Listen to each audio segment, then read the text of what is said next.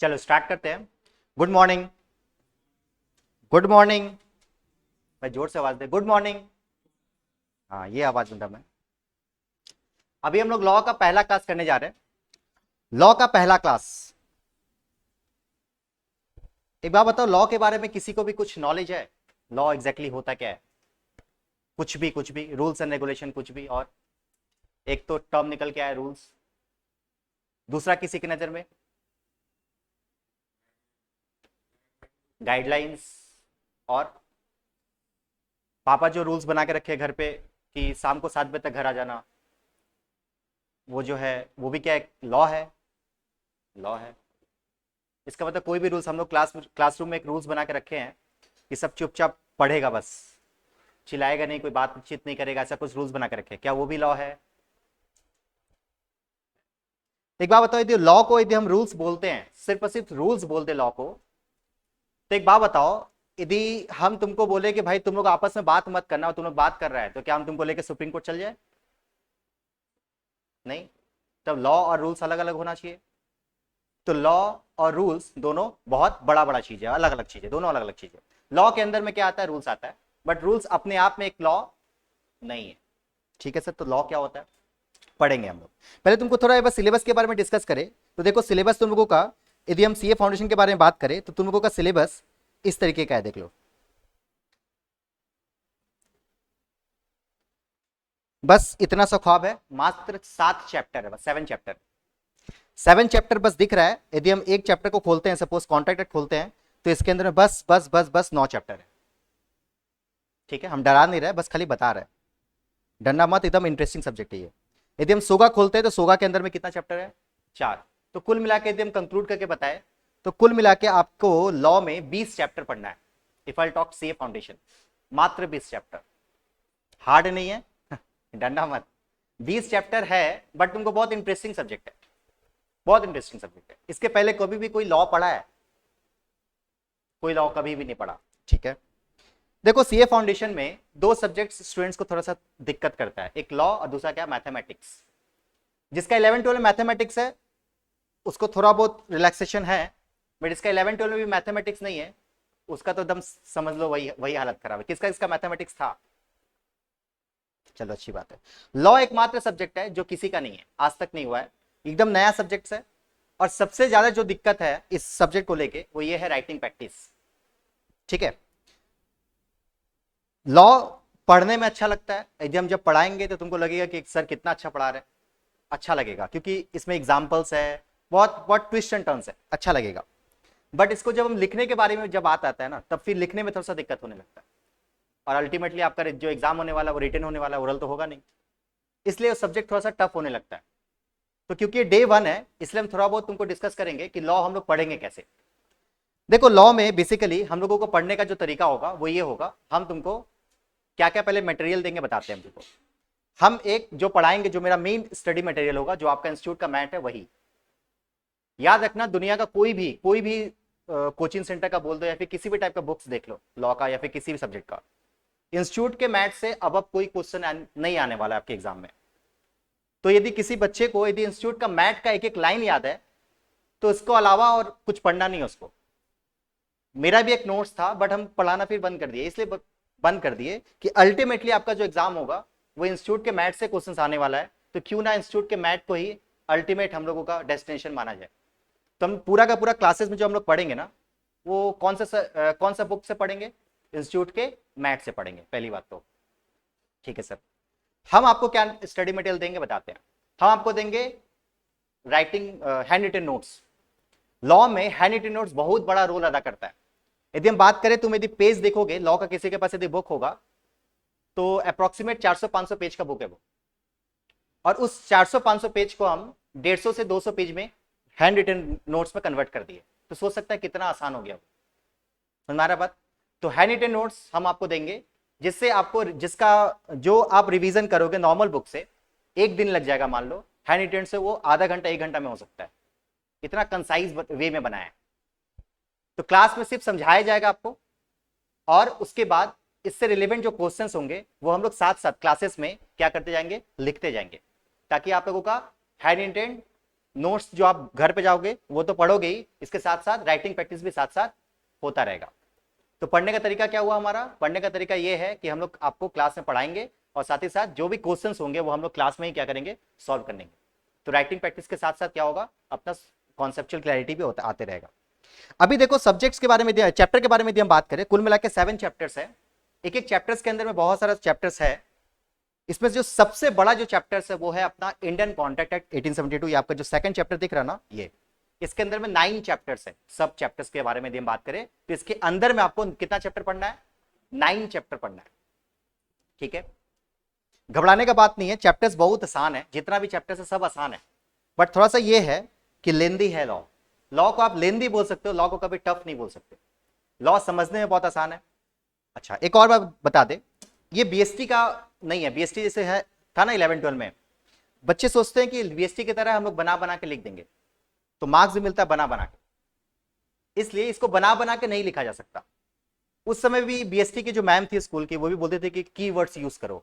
सोचो वो जब बीएसटी था तब उसमें मैम बोलते थे कि कीवर्ड्स यूज करो।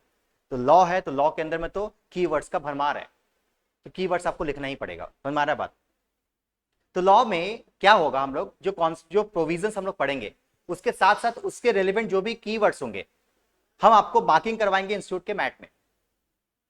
तो बोला क्या, इंस्टीट्यूट के मैट में कोई मार्किंग करवाएंगे।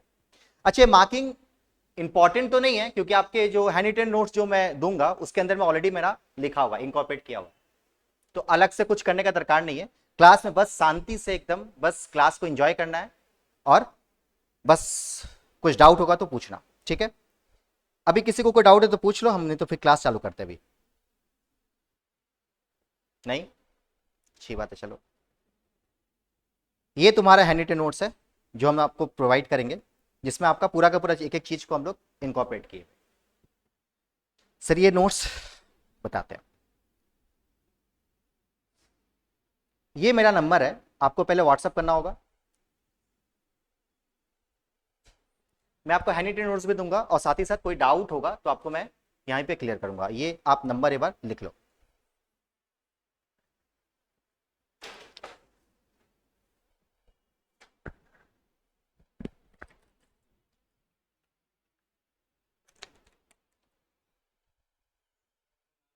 अजीत,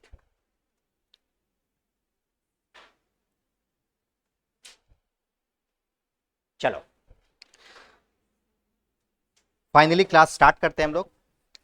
आपको स्क्रीन पे दिख रहा है Indian contract act, Indian contract और दूसरा नाम एक्ट, उसके बाद 1872। तुमको पता है एक एक वर्ड अपने आप में कुछ कहता है। सर क्या कहता है? ये दिया हुआ ना 1872, ये क्या दिखाना चाहता है, कोई बताएगा? ये 1872 में बना था, इसका मतलब क्या था, ये 1872 में बना था, 1872 में ये बना था, इनकॉर्पोरेट हुआ था, इसको क्रिएट किया गया था, लॉ को क्रिएट किया गया था 1872, ये ईयर का मतलब है। अच्छा सर 1872, एक चीज बताते हैं तुमको हम, यदि हम लिख रहे हैं 1872, इसका मतलब तो ये तो पक्का है कि 1872 में क्रिएट किया गया था लॉ, बट लॉ का क्रिएशन और लॉ का एप्लीकेशन दोनों अलग अलग होता है। सर क्रिएशन और एप्लीकेशन में क्या अंतर है? देखो तुमको पता ही होगा, जीएसटी लॉ क्रिएट कभी और हुआ, अप्लाई कभी और हुआ, वैसे ही कॉन्ट्रैक्ट एक्ट भी बना 1872 में ही, बना किसी और डे में और इसका एप्लीकेशन किसी और डे पे हुआ। तो सर ये कब बना मैं बताता हूं। देखो ये बना, जिसको इनएक्टमेंट हम लॉ की भाषा में क्या बोलते हैं बताओ? इनएक्टमेंट बोलते हैं। क्या बोलते हैं बताओ? इनएक्टमेंट। ये कब इनएक्टमेंट हुआ? तो ये हुआ 25 अप्रैल को। बताओ कब? 25 अप्रैल को इनएक्टमेंट हुआ। मतलब ये लॉ जो पार्लियामेंट से जो पास हुआ था वो कब पास हुआ था? 25 अप्रैल 1872। बट तुमको पता है लॉ कैसे बनता है? लॉ पार्लियामेंट में पास होता है, उसके बाद फिर वो रिपोर्ट चला जाता है किसके पास? प्रेसिडेंट के पास, प्रेसिडेंट उसमें एसेंट देते हैं, तब जाकर क्रिएट होता है। तो लॉ इनएक्टमेंट हुआ 25 अप्रैल को, बट इसका एप्लीकेशन, इसका अप्लाई इंडिया में कब से एप्लीकेबल होगा, ये जो डेट था वो था 1 सितंबर।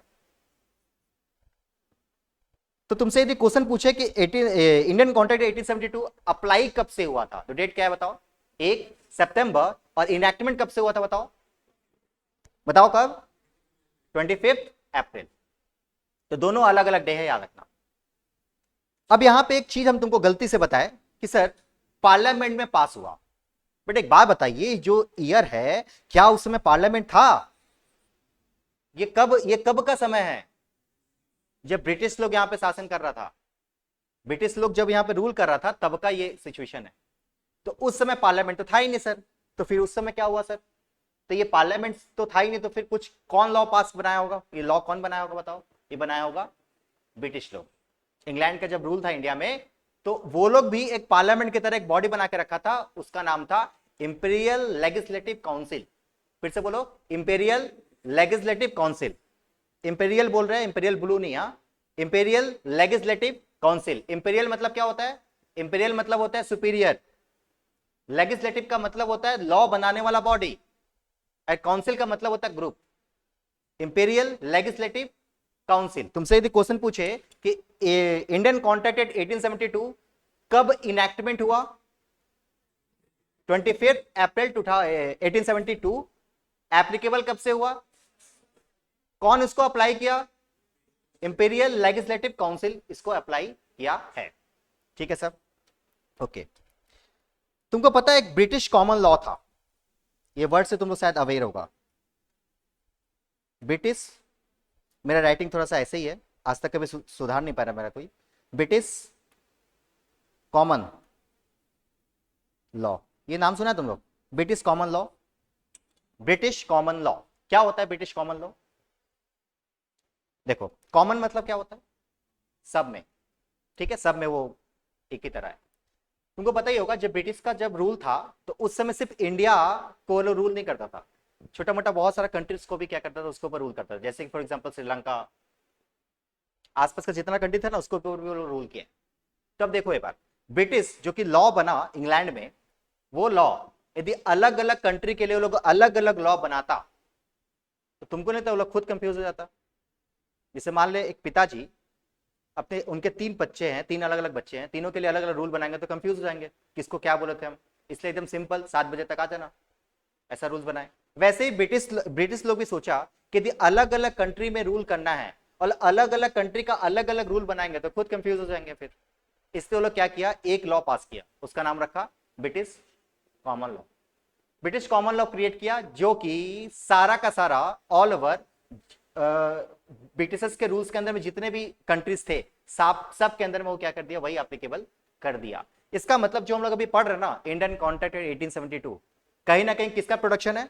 ब्रिटिश कॉमन लॉ का प्रोडक्शन है। और हम बोल सकते हैं कि भैया यदि हम इंडिया का इंडियन कॉन्ट्रैक्ट 1872 पढ़ लिए तो ब्रिटिश का भी इंडियन कॉन्ट्रैक्ट, ब्रिटिश का भी ब्रिटिश कॉन्ट्रैक्ट 1872 भी पढ़ लेंगे हम लोग। इसका मतलब अभी जो लॉ हम लोग अभी पढ़ रहे हैं, ये लॉ कहां पे एप्लीकेबल है?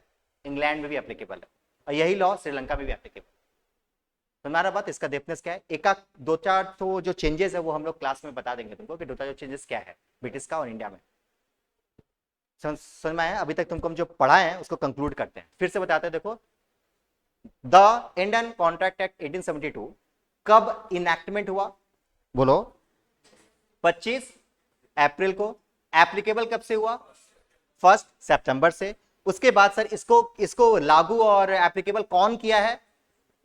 Imperial legislative council. Imperial legislative council which is just like a parliament, उस समय का पार्लियामेंट था वो। अच्छा, बोलो जो लॉ पास किया उस लॉ का नाम क्या था? British common law. ठीक है सर, यहां तक तो समझ में आ गया तुम। अब इसका हम लोग चीड़-फाड़ मचा दिया। 1872 का मतलब क्या था? यदि ये एक्ट के बारे में बात करें तो एक्ट का मतलब क्या होता है पता है? एक्ट का मतलब होता है लॉ। एक्ट का मतलब क्या होता है? लॉ। बट तुमको यदि हम लॉ बोलते हैं तो लॉ एक बहुत बड़ा चीज है और एक्ट उसका छोटा सा पार्ट है। देखो, इंडिया में इनकम टैक्स एक्ट कब बना पता है तुमको? 1961 को। 1961-62 सोचो एक बार, 61 में। ऑब्वियसली ये तो हम मान सकते किसी का जन्म नहीं हुआ था, मेरा भी नहीं हुआ था। तो 1961 में उसका जन्म हुआ है। सोचो एक बार, उसका जन्म हुआ 1961 में, और क्या एप्लीकेबल अभी तक है? अभी तक है। तो तुमको क्या लगता होगा 1961 में जो लॉ बना, क्या अभी तक बिना कुछ अमेंडमेंट का, बिना उसमें चेंज किए आज तक वो एप्लीकेबल हुआ है क्या? आंसर इज नहीं। हर बार उसमें चेंजेस आ रहा है, हर साल चेंजेस आ रहा है ना।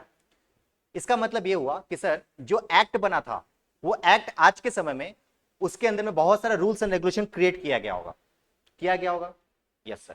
तो लॉ यदि हम कहीं पे बोलते हैं लॉ, इनकम टैक्स लॉ, तो लॉ के अंदर में रूल्स भी आता है, रेगुलेशन भी आता है, एक्ट भी आता है, बाय लॉज भी आते हैं, सारे के सारे चीजें आते हैं। बट यदि हम बोल रहे हैं सिर्फ एक्ट, मतलब हम 1961 में जो बना था ना, बस उसके बारे में बात कर रहे हैं। अपने सिलेबस में क्या पढ़ना है? लॉ की एक्ट, आंसर इज एक्ट। तो सिलेबस छोटा है ना, सिलेबस में रूल्स एंड रेगुलेशन है नहीं अपने सिलेबस में, सिर्फ क्या पढ़ना है अपने को? एक्ट। 1872 में जो एक्ट बना दिया गया बस उतना ही पढ़ो, रूल्स एंड रेगुलेशन मत पढ़ो, ठीक है। तो एक्ट और लॉ में अंतर समझ में आया? लॉ एक बहुत बड़ा चीज है जिसके अंदर में क्या आता है? एक्ट भी आता है, रूल्स भी आता है, रेगुलेशन भी आता है, सारा का सारा चीज आता है। फर्स्ट चैप्टर जब हम लोग पढ़ेंगे तो और ज्यादा डिटेल में पढ़ेंगे हम लोग। अगेन ये एक्ट याद रखना, ये एक्ट और ये एक्ट में बहुत फर्क है। यदि आप एग्जाम में यदि आप लिखते हो और इस एक्ट को लिख के आते हो और एग्जाम में के बाद यदि बाहर निकलते हो और अपने दोस्त को बोलते भाई हम पेपर फाड़ दिए, तो रिजल्ट निकलेगा तो आपका फटेगा। रीजन क्या है? क्योंकि ये एक्ट का मतलब होता है एक्टिविटी और ये एक्ट का मतलब होता है लॉ।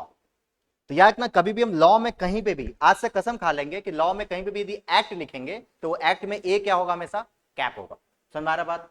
एक्ट का मतलब ये, एक्ट का मतलब ये एक्ट है, ठीक है। ये एक्ट एक्टिविटी, एक्टिविटी के कैटेगरी में आता है।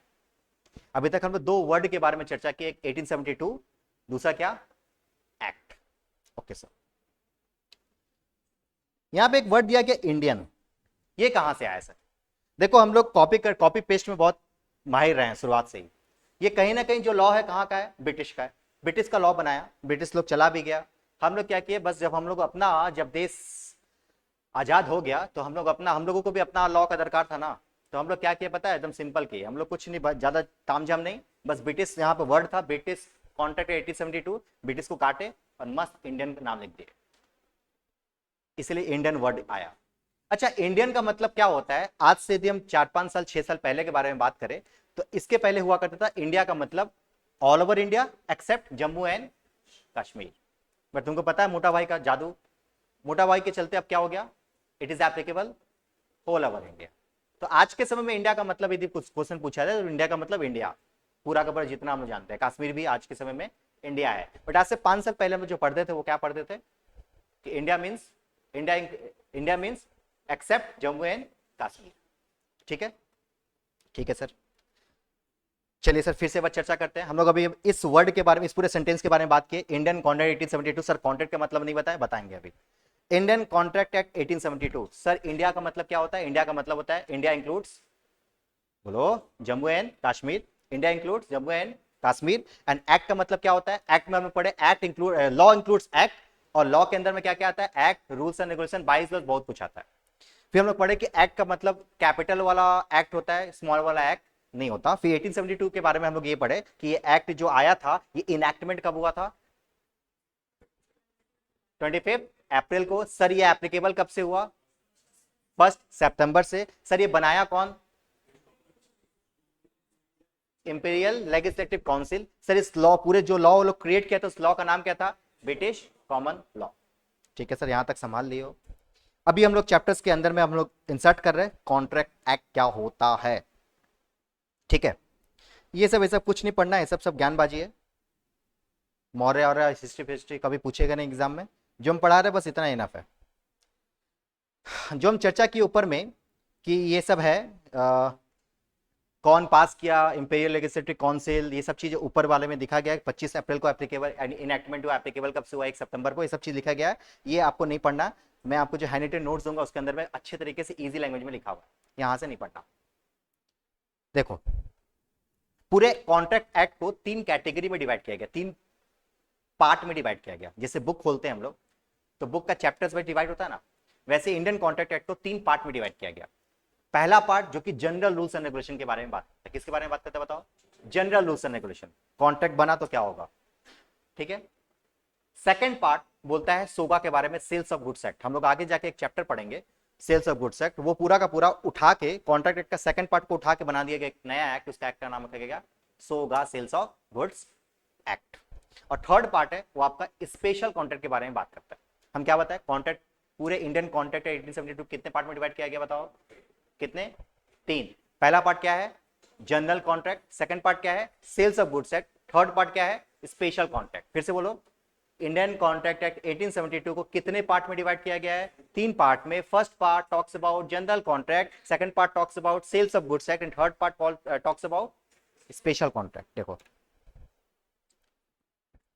देखो इसके अंदर में फर्स्ट जो पार्ट है, जो 1 से लेके सेक्शन नंबर, अच्छा सेक्शन का मतलब क्या होता है बताओ, पूछ ले। ओके अभी हम थोड़ा चर्चा कर लेते हैं। आ जाइए आ जाइए आ जाइए। सेक्शन क्या होता है, सब सेक्शन क्या होता है, बहुत कुछ पढ़ना है अपने को। एक बात बताइए, हम लोग जब बुक खोलते हैं, बुक सबसे पहले क्या दिखता है? सर बुक खोलेंगे तब तो दिखेगा। बुक मान लो फिर भी खोल दिए तो दिखेगा क्या? सबसे पहले क्या दिखता है? इंडेक्स दिखता है सर। उसके बाद चैप्टर्स दिखते हैं सर। चैप्टर्स खोलते हो तो पेज तो सब दिखता है, पूरा तो पेज नंबर ही है भाई। चैप्टर्स खोलते हो तो क्या दिखता है? पैरा दिखता है, पैरा। पैरा खोलते हो तो बोल लाइन। अरे भाई लाइन, तो लाइन खोलते हो तो वर्ड, वर्ड खोलते हो तो अल्फाबेट। अब उसके नीचे जाना सही नहीं। हाँ वही है तो लॉ भी। लॉ का जब हम लोग बुक खोलते हैं तो लॉ के बुक में बहुत सारा शेड्यूल देखने को मिलता है। क्या देखने को मिलता है बताओ? Schedule. Schedule is like a index. और शेड्यूल को जब हम लोग अच्छे तरीके से खोलते हैं उसके नजर में आता है चैप्टर्स। ये सब चैप्टर्स हैं। कितने चैप्टर्स है? इतने चैप्टर्स है। जब चैप्टर्स को खोलते हैं तो उसके अंदर में आता है क्या? Sections. Section number 34, section number 38, बोलते ना पैराग्राफ नंबर 7 में जाओ तो पढ़ते ना हम लोग। जब हम लोग लिटरेचर पढ़ते थे जैसे मैम बोलती थी ना पैराग्राफ 3 पढ़ो, तो वही वाला हिसाब है। तो लॉ जब हम लोग खोलते हैं सबसे पहले क्या दिखता है? शेड्यूल। शेड्यूल के अंदर में क्या आता है? चैप्टर्स। चैप्टर के अंदर में क्या आता है? सेक्शंस। जब हम लोग सेक्शंस को अच्छे तरीके से पढ़ते हैं तो सेक्शन के अंदर में नजर आता है सब सेक्शन। क्या आता है बताओ? Sub section. जब सब सेक्शन को अच्छे तरीके से पढ़ते हैं तो उसके अंदर में जो आता है उसे बोलते हैं क्या? क्लॉज। क्या बोलते हैं बताओ? क्लॉज। और क्लॉज को अच्छे तरीके से पढ़ते हैं उसे क्या बोलते हैं हम लोग? Sub clause. सर फिर से बताइए। देखिए सबसे पहले क्या आता है? शेड्यूल। शेड्यूल के अंदर में क्या आता है? चैप्टर्स। चैप्टर्स के अंदर में क्या आता है? सेक्शन। सेक्शन के अंदर में क्या आता है? Sub section. फिर सेक्शन, सब सेक्शन के अंदर में क्या आता है? क्लॉज। फिर क्लॉज के अंदर में क्या आता है? Sub clause. देखिए तो यदि हम ऐसे लिखे सेक्शन 2 तो इसको तो सेक्शन 2 पढ़ेंगे, बट मान लो ऐसे लिख दिए तो इसको ऐसे लिखेंगे section 2 sub section 1, section 2 sub section 1। यदि इसके बगल में लिख दिए बी तो क्या लिखेंगे बताओ? इसको क्या पढ़ेंगे? Section 2 sub section 1 clause B. और इसी के अंदर में लिख दिए रोमन 2 तो क्या होगा?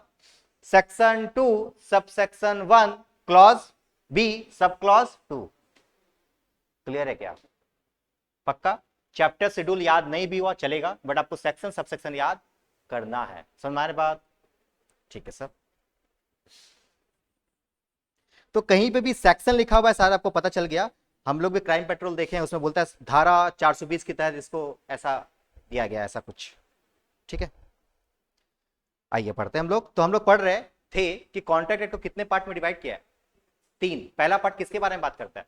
General contract. Second part sales of goods act. Third part special contract. Clear है? चलो तो बोल रहा है कि जो पहला जो पार्ट है ना, वो पहला पार्ट सेक्शन नंबर कहां से कहां तक है? 1 से लेके 75 तक, जो किसके बारे में बात करता है? General principle of the laws of contract. General principle general contract के बारे में बात करता है।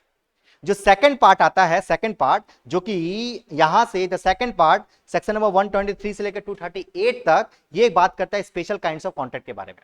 सर ये थर्ड पार्ट एक्चुअली, जो सेकंड पार्ट है यहां से लिखा ही नहीं गया। कहां? तो क्योंकि यहां से क्यों नहीं लिखा गया बताओ? क्योंकि यहां से हटा के कहां पे डाल दिया गया?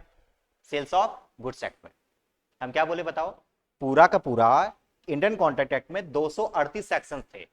उसके अंदर में जो पहला 1 से लेकर 75 तक पहला पार्ट था, और सेकंड पार्ट था तुम्हारा 76 से लेकर 123 तक, जो कि यहां से हटा के कहां डाल दिया गया? सेल्स ऑफ गुड्स एक्ट में। और थर्ड पार्ट था तुम्हारा कितना? 124 से लेकर 238 तक। क्लियर है क्या?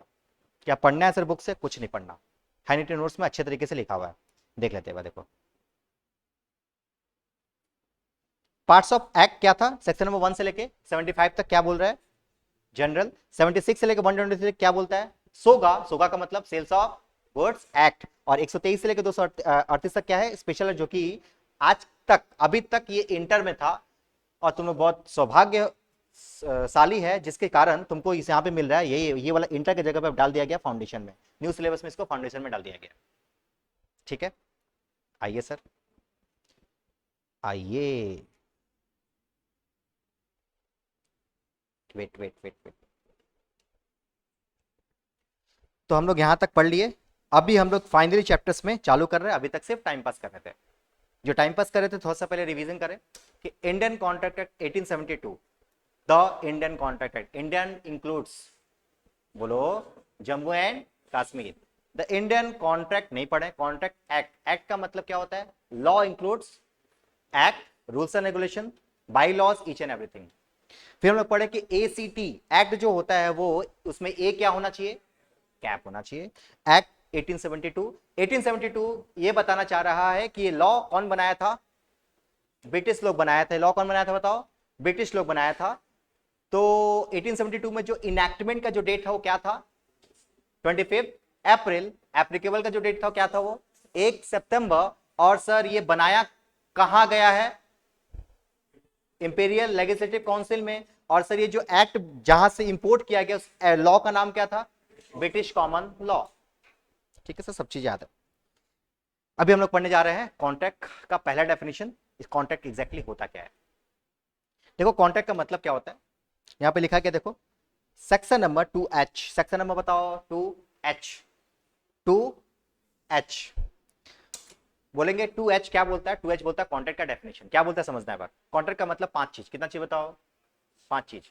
An agreement, contract means an agreement इनफोर्सिबल by law, an agreement इनफोर्सिबल by law, मतलब 5 वर्ड का कॉन्ट्रैक्ट क्या होता है बताओ, an agreement इनफोर्सिबल by law is known as what, contract. Section number बताओ कौन सा, 2H, 2H, 2H क्या बोलता है, contract means what, an agreement इनफोर्सिबल by law. तो यहां पे देखो, देखो जो डेफिनेशन दिख रहा है ना, एन एग्रीमेंट इनफोर्सिबल बाय लॉ, तो इसमें देखने को मिल रहा है कि सर पहला तो एक वर्ड जो अपने को जानने का दरकार है वो क्या है, अग्रीमेंट क्या होता है सर, अग्रीमेंट क्या है। और दूसरा सर इनफोर्सिबल बाय लॉ है, लॉ क्या है। याद तो सबको हो गया होगा डेफिनेशन, बट किसी को समझ में नहीं आया कि क्या है ये। An agreement इनफोर्सिबल by law is known as what, contract. सबसे पहले समझते हैं कि सर इनफोर्सिबल बाय लॉ का मतलब क्या होता है। इनफोर्स का मतलब क्या होता है बताओ तो। इनफोर्स का मतलब होता है लीगली बाउंड, लीगली क्या करना, किसी को बाउंड करना कि तुमको ये काम करना पड़ेगा, इसको बोलते हैं क्या, इनफोर्स करना। ठीक है, फोर्स, इनफोर्स, फोर्स अलग होता है, इनफोर्स अलग होता है। इनफोर्स मतलब लीगल तरीके से किसी को यदि हम बाउंड कर दे तुमको करना ही पड़ेगा, is known as what, enforceable. ठीक है, इसको हम लोग अच्छे तरीके से अच्छे टर्म में बोल सकते हैं। इनफोर्सेबल बाय लॉ का मतलब होता है आपका लीगल ऑब्लिगेशन। समझे क्या। तो इनफोर्सेबल बाय लॉ का मतलब क्या होता है, लीगल ऑब्लिगेशंस। जैसे फॉर एग्जांपल देखिए, मान लो, नाम बता भाई, क्या, सृंजय, सृंजय, सृंजॉय, अच्छा सृंजॉय, सृंजॉय मेरे को ऑफर दिया कि चलिए सर आज मूवी चलते हैं। मूवी कौन निकला अभी, कल की 9 तारीख को रिलीज हो रहा है ना। ठीक है, अबे कहीं पे भी तो इंटरेस्ट रखो, कुछ ना कुछ तो इंटरेस्ट रखो, पढ़ाई में भी नहीं है, उसमें भी नहीं है। चल मान ले कल के जो मूवी आ रहा है उसका ये मेरे को ऑफर दे के चलिए सर 9 तारीख को रिलीज हो रहा है, 10 तारीख को अपने चलते हैं। ठीक है, इसका ऑफर जो है हम एक्सेप्ट कर लिए।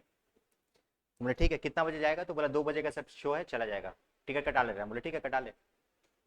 हम क्या किया, हम भूल गए, 10 तारीख को यहाँ पे आ गए पढ़ाने, मस्त पढ़ा रहे, ये चला गया थिएटर, जाके वेट कर रहा हमको, 2, ढाई, 3 हो गया, वेट करे जा रहा है, देख रहा है कि हाँ सर हो सकता है व्यस्त होंगे, आ जाएंगे 1 घंटा आधा घंटा में आ ही जाएंगे।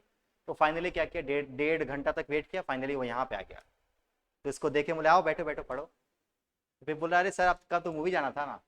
तो बोले मूवी जाना था, वो अच्छा अच्छा भूल गए। तब ये बोल रहा है कि चलिए सर आपको हम कोलकाता हाई कोर्ट में देख लेंगे आपको। ऐसा कर सकता है, क्यों नहीं कर सकता, क्यों नहीं कर सकता, सोचो ये बात, लीगली बाउंड नहीं है। अभी तुम लोग फीस दिया, फीस देके फंस गया, फीस दिया, हम तुमको सिलेबस कंप्लीट नहीं करते, मतलब तुम्हारा हम सिलेबस नहीं कंप्लीट कर रहे, कुछ कर लेगा तुम लोग, सोच के बताना। हाँ कुछ कर सकता है, अरे ऑब्वियसली कर सकता है, सीख लो भाई लॉ। हम खुद सिखा रहे हैं कि तुम मेरे ऊपर केस कर सकता है यदि हम सिलेबस कंप्लीट नहीं करवाए तो। हाँ, क्योंकि ये लीगली बाउंड है। क्या लीगल काम कर रहे हैं हम लोग? हाँ, ये लीगली काम है। यहाँ पे आप लीगल ऑब्लिगेशन लगा सकते हो। समझ गए? किसी से लीगल मैरिज करना लीगली बाउंड है कि उसको मेंटेनेंस का खर्चा देना पड़ेगा उस लड़की को, ऑब्वियसली देना पड़ेगा सर। हाँ, बट किसी को प्रपोज करना क्या लीगली बाउंड है? बोलो। नहीं सर। इसीलिए प्रपोज करो, एक्सेप्ट होगा तो होगा, नहीं होगा तो नहीं होगा, कोई कुछ फंसता नहीं है। बट यदि शादी कर लो तो फिर फंसना पड़ जाएगा। वही है लीगली ऑब्लिगेशन एंड जो लीगल ऑब्लिगेशन है, ये दोनों में अंतर समझते हैं बारे को। यहाँ पे बोला गया है कि सर इसको इन्फोर्सेबल बाय लॉ को हिंदी में यदि हम समझाए ना तो एकदम एक वर्ड में समझा सकते हैं। इन्फोर्सेबल बाय लॉ का मतलब होता है, सिंपल वर्ड में समझना, जो भी चीज लॉ के हिसाब से बनाया गया है। याद करो जब हम लोग शपथ ग्रहण समारोह देखते हैं किसी नेता का, तो बोलता है विधि द्वारा स्थापित। कॉन्स्टिट्यूशन का क्या होता है? संविधान का हम लोग शपथ लेते हैं, ऐसे से बोलता है वो लोग। विधि द्वारा स्थापित को बोलते हैं इन्फोर्सेबल बाय लॉ।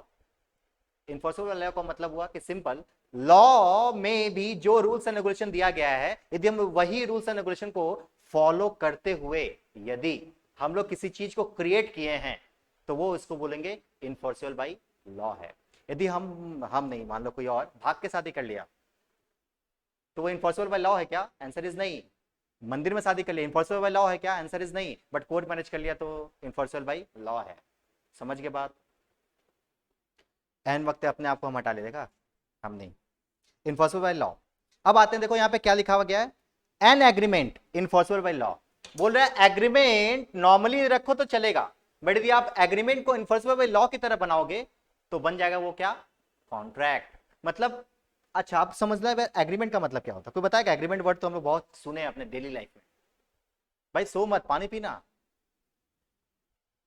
तुम ऐसे करेगा हम भी करेंगे तो सिर्फ अच्छा नहीं लगेगा ना, सिलेबस कंप्लीट नहीं हो पाएगा। बता एग्रीमेंट क्या होता है? एग्रीमेंट का मतलब क्या जानते हैं हम लोग? हाँ, समझौता। लाइफ एक समझौता है। और हाँ, सारे क्या बोला? सारे सारे कॉन्ट्रैक्ट एक साथ को बोलते हैं एग्रीमेंट। अच्छा, और किसी का कुछ एग्रीमेंट तो वर्ड हम लोग सुने हैं भाई, दो लोगों के बीच में कुछ होने से। और किसी का कुछ है तो बता दो। अरे एग्रीमेंट वर्ड तो हम लोग डेली लाइफ में बहुत बार सुने हैं, बहुत बार यूज भी करते हैं। देखो अग्रीमेंट का मतलब जो तुम लोग समझ रहे हो ना वो है एग्जैक्टली वही, बट तुम लोग समझा नहीं पा रहा है। एग्रीमेंट का मतलब होता है सिंपल, प्रॉमिस करना किसी को। हम किसी को ऑफर दिए, सामने वाला बंदा उसको एक्सेप्ट कर लिया तो क्या बन गया? वो प्रॉमिस। और इस प्रॉमिस को क्या बोलते हैं हम लोग? अग्रीमेंट। जैसे वो मेरे को ऑफर दिया था कि सर आइएगा सर 10 तारीख को चला जाएगा मूवी, हम उसको एक्सेप्ट कर लिए, क्या ये हमारा एग्रीमेंट था? आंसर इज यस, ये एग्रीमेंट था। आंसर इज यस, ये एग्रीमेंट था। बस ऑफर दे दिया गया और उसको एक्सेप्ट कर लेना ही अपने आप में क्या है? अग्रीमेंट है। बट याद रखना, यही एग्रीमेंट यदि लॉ के रूल्स को फॉलो करते हुए बनाया गया है तो वो बन जाएगा क्या? कॉन्ट्रैक्ट। नॉर्मल एग्रीमेंट का मतलब कुछ भी जो तुम लोग समझ रहे हो वो एग्रीमेंट, ये एग्रीमेंट है। हम तुमको वादा करते तुमसे शादी करेंगे, इट्स एग्रीमेंट। ठीक है, कोर्ट मैरिज में कोर्ट का जो कागज उसमें सिग्नेचर कर दिए, दैट इज कॉल्ड कॉन्ट्रैक्ट। किसी का भी वादा करना और सामने वाला बंदा उसको एक्सेप्ट कर लेना is known as what? Agreement. But agreement के ऊपर क्या आता है? कॉन्ट्रैक्ट। एग्रीमेंट, इसी एग्रीमेंट को यदि लॉ के हिसाब से बनाया गया है तो उसे क्या बोलेंगे हम लोग? कॉन्ट्रैक्ट। समझ में आया क्या बात? तो एग्रीमेंट और कॉन्ट्रैक्ट बनता है, समझ में आया? तो कॉन्ट्रैक्ट का डेफिनेशन हम लोगों को याद था, बताओ सेक्शन नंबर कौन सा? 2H क्या बोलता है? 5 चीज बताओ। An agreement enforceable by law. An agreement enforceable by law is known as what? Contract. और उसमें हम लोग दो टर्म को हटाए, एक था तुम्हारा क्या? एग्रीमेंट, दूसरा पॉइंट क्या था? Enforceable by law. अब एग्रीमेंट का डेफिनेशन दिया गया आगे 2 क्लॉज ई में। यहां पे देखो हम तुमको क्या बताए, एग्रीमेंट का मतलब क्या होता है? अच्छा एक चीज बता देते हैं, जो तुमको सेक्शन पढ़ा रहे ना, जो डेफिनेशन पढ़ा रहे, definition as it is exam में लिखना पड़ेगा, एज इट इज। इसमें कुछ भी बना के नहीं दे सकते। अब तुम लिखा था ना an agreement impossible by law, कोई बच्चा लिख रहा है an agreement created through law is known as contract, law में काट देगा। मतलब आप सेक्स जो आपका डेफिनेशन दिया गया है उसको एज इट इज ही उतारना है। तो हम यहाँ पे क्लास में जो तुमको याद कराएंगे, ये हम तुमको प्रॉमिस अभी भी कर सकते हैं कि जितना भी डेफिनेशन होगा क्लास में याद करा देंगे हम, एक एक वर्ड के साथ इंग्लिश में। इंग्लिश इसका कमजोर भी होगा उसका भी याद हो जाएगा, डेफिनेशन तो याद हो जाएगा एज इट इज एक एक वर्ड के साथ। जैसे अभी याद हुआ ना 5 वर्ड के साथ, क्या था बताओ? An agreement इनफोर्सिबल by law is known as what? Contract. अभी हम लोग पढ़ने जा रहे हैं क्या? अग्रीमेंट। अग्रीमेंट का मतलब ऑलरेडी पता है हम, क्या बताओ? बोलो। प्रॉमिस मतलब ऑफर देना और सामने वाला बंदा उसको एक्सेप्ट करता है, उससे क्या बोलते हैं हम लोग? तो देखो एग्रीमेंट का डेफिनेशन क्या दिया गया, देखो अ प्रॉमिस और अ सेट ऑफ प्रॉमिस, या तो एक प्रॉमिस हो या तो फिर बहुत सारा प्रोमिस हो, ठीक है? अ प्रॉमिस और a set of फॉर्मिंग्स, forming the consideration for each other. Forming the consideration for each other का मतलब हुआ कि दोनों को इसमें फायदा है, तो उसे एग्रीमेंट बोलेंगे। यदि हम इसके साथ यदि मूवी जाने वाले के लिए रेडी हुए तो हमको भी मन था इसलिए रेडी हुए, राइट? समझ में आया क्या बात? हमको भी मन था, मेरे को भी फायदा था, इसको भी फायदा था, तो हम लोग एग्री हुए मूवी जाने के लिए। Answer is yes sir. तो इसका मतलब क्या हुआ? एग्रीमेंट का मतलब क्या होता? बोलो, अ अ प्रॉमिस और a set of promise, a promise और अ forming the consideration for each others. Forming, forming मतलब होता है क्रिएट होना। फॉर्मिंग द कंसिडरेशन का मतलब होता है फायदा। कंसिडरेशन का मतलब क्या होता है बताओ? फायदा। फॉर ईच अदर, दोनों को फायदा है, तो उसे क्या बोलेंगे हम लोग? अग्रीमेंट बोलेंगे। फिर से बोलो, agreement means what? A promise और a set of promise forming the consideration for each other is known as what? Agreement. Section number कौन सा? 2E। आइए,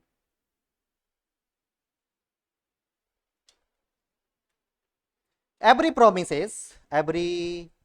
promise or a set of promises forming the consideration for each other is known as what? Agreement। क्या आपने को याद हुआ दोनों definition? Yes sir. Agreement का मतलब क्या बताओ? सेक्शन नंबर कौन सा? 2E। क्या बोलता है? a promise or a every promise of a promise or a set of promise forming the consideration for each other is known as what? Agreement। तो हम लोग चीट फाड़ मचाए यदि कॉन्ट्रैक्ट एक्ट का, तो हम लोगों ने ये पढ़ लिया, अभी हम लोगों ने ये पढ़ना है बाकी है। बट इसको हम लोग समझ ले कि लीगल ऑब्लिगेशन का मतलब होता है ये। इन्फोर्सेबल बाय लॉ का मतलब हम क्या बताए थे तुमको? हम लीगल ऑब्लिगेशन को ही क्या बोलते हैं हम लोग? Enforceable by law. ठीक है सर। आइए, हम तुमको अभी पढ़ाए ऐसा कुछ, हम तुमको पढ़ाए कॉन्ट्रैक्ट क्या होता है, क्या था बताओ? एग्रीमेंट प्लस इन्फोर्सेबिलिटी, यही था। अग्रीमेंट को जब हम लोग खुदाई किए तो सेक्शन नंबर 2E में इसका डेफिनेशन निकल के आया। और क्या निकल के आया? Every promise. क्या बोला बताओ? Every promise. तो यहाँ पे निकल के आया क्या? प्रॉमिस एक वर्ड। तो सर प्रॉमिस का भी डेफिनेशन कुछ होगा? प्रॉमिस क्या होता है बता दो आप। बता रहे, हिंदी बता रहा तुम। प्रॉमिस का एग्जैक्टली मीनिंग बताओ। देखो बहुत सारा फेक प्रोमिस हम लोग किए, हम तो नहीं किए, तुम लोग किया होगा। वो प्रोमिस का मतलब खाली बता दो।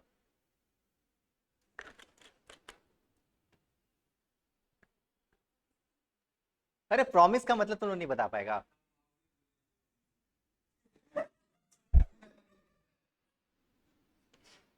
नहीं, हम ऐसा नहीं आएंगे भाई। आप तो डर लगेगा आने में, अब तो नहीं आएंगे। बताओ प्रॉमिस का मतलब क्या है?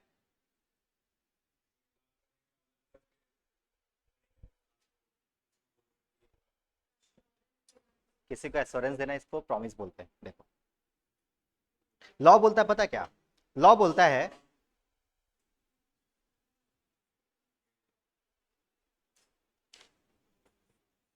लॉ बोलता है प्रॉमिस का मतलब होता है ऑफर प्लस एक्सेप्टेंस, खत्म। यदि हम किसी को ऑफर दिए, सामने वाला बंदा उसको एक्सेप्ट कर लिया, तो बन गया हमारा प्रॉमिस। हम तुमको ऑफर दिए नहीं, हम किसी को ऑफर दिए कि शादी करेंगे तुमसे, ये मेरा ऑफर था, सामने वाला बंदा उसको एक्सेप्ट कर लिया, उसे क्या बोलते हैं हम लोग?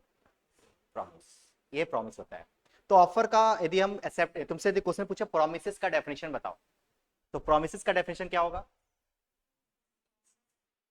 Offer plus acceptance is known as what? Promise.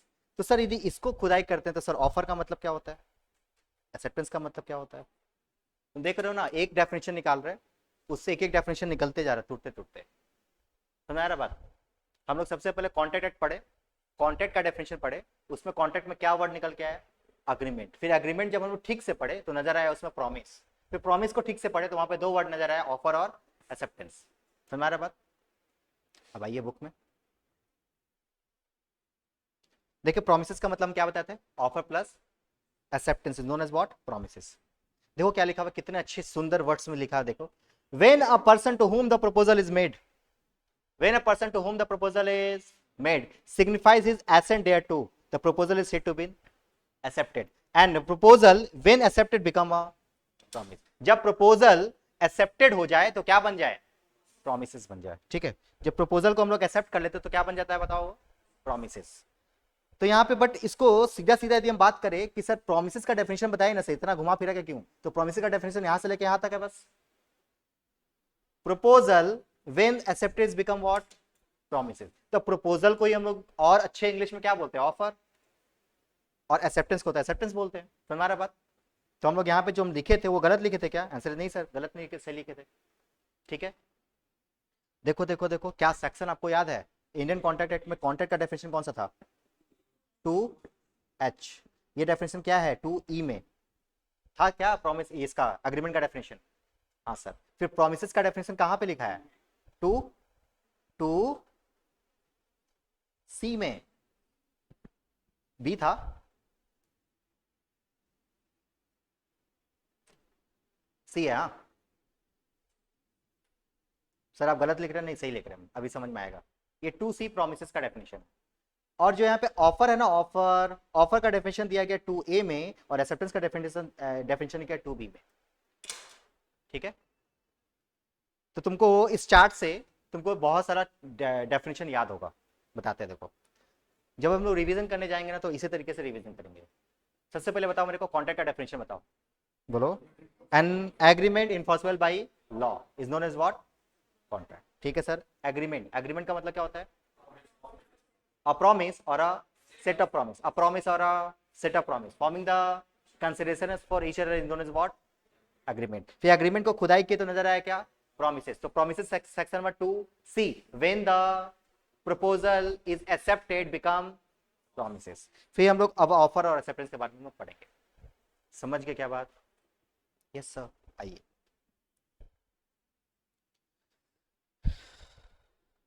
ये सब चीज लिखना है सर, हाँ ऑलरेडी तुम्हारे हैंडरिटन नोट्स में लिखा हुआ है, तो अलग से कुछ पढ़ाने का दरकार नहीं, हमको पढ़ा देंगे। अभी देखो ऑफर का डेफिनेशन तुमको दिखाते हैं हम।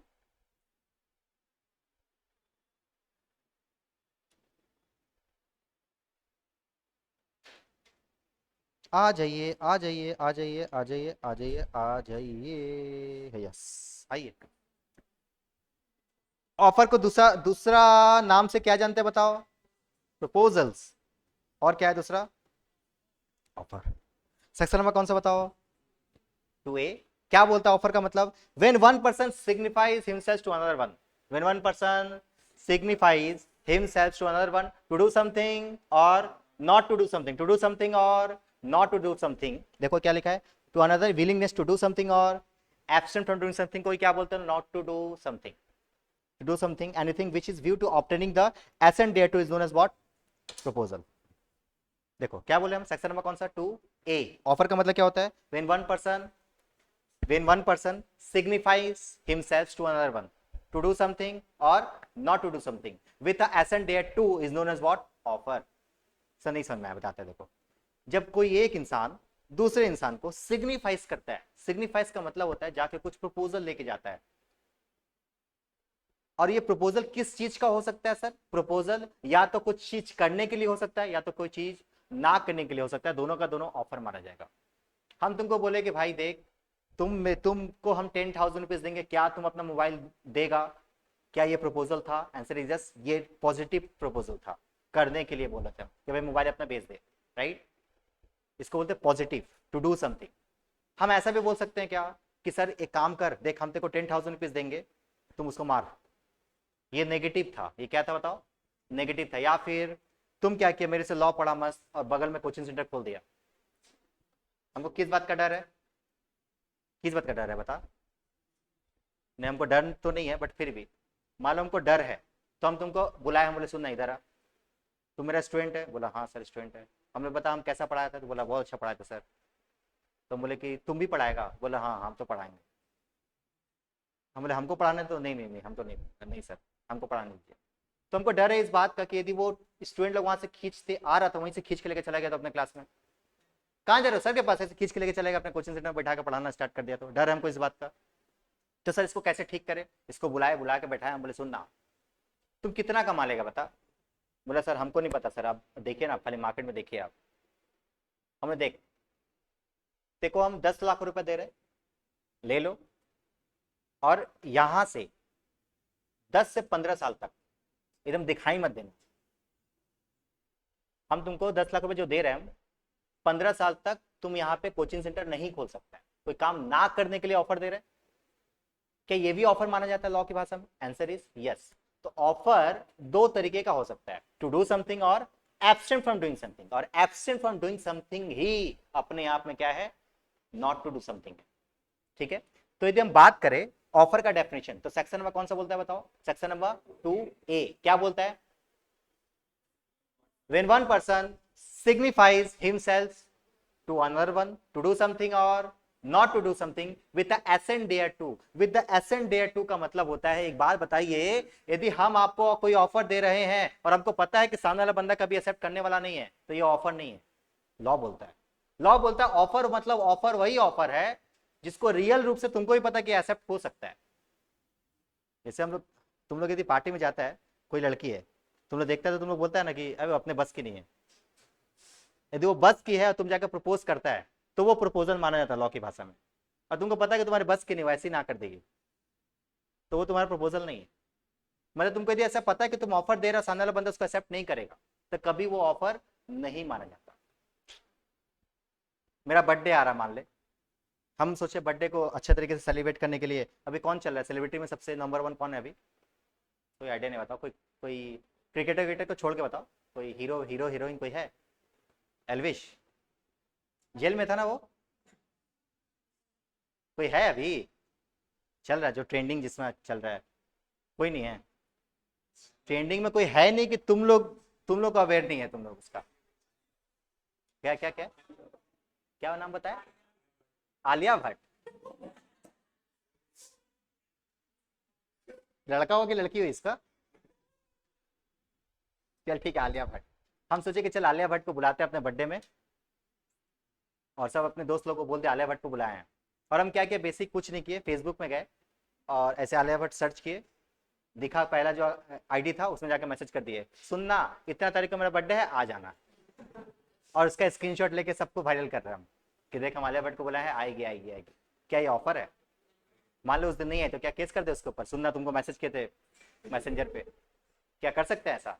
नहीं, क्योंकि लॉ की भाषा में ऑफर है ही नहीं। लॉ की भाषा में ऑफर है क्या? आंसर इज नहीं। लॉ की भाषा में ऑफर का मतलब क्या होता है? With the assent thereto होना चाहिए। इसका मतलब हम किसी को ऑफर दिए और हमको ये पता होना चाहिए कि ऑफर शायद वो एक्सेप्ट कर ले, एक्सेप्ट करने लायक हो, तो उसे ऑफर बोलेंगे, अदरवाइज ऑफर नहीं बोलेंगे। हाँ बोलो।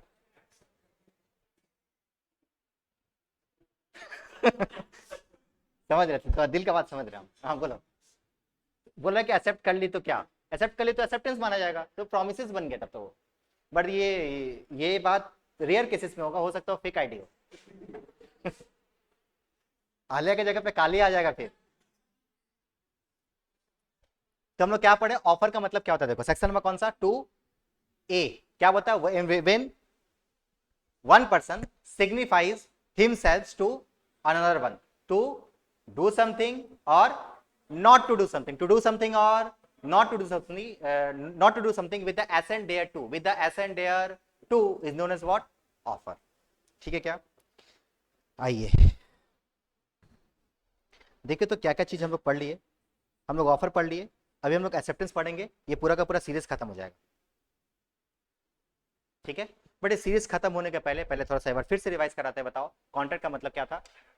An agreement enforceable by law. फिर एग्रीमेंट का डेफिनेशन क्या था? व्हेन, प्रॉमिस नहीं, व्हेन वन अ प्रॉमिस और a set of promise, a promise और a set of promise forming the consideration for each other is known as what? Agreement. फिर हम लोग पढ़े कि सब प्रॉमिसेस का मतलब क्या होता है? When proposal become accepted is known as what? Promise. और प्रॉमिस के अंदर में क्या होता है? प्रपोजल। प्रपोजल का ही अच्छे इंग्लिश में क्या बोलते हैं? ऑफर। क्या होता है? When one person signifies himself to another one to do something or not to do something with an assent thereto is known as what? Offer. Acceptance का मतलब क्या होता है?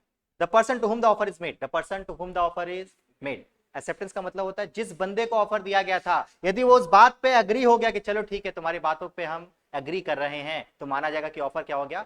एक्सेप्ट हो गया।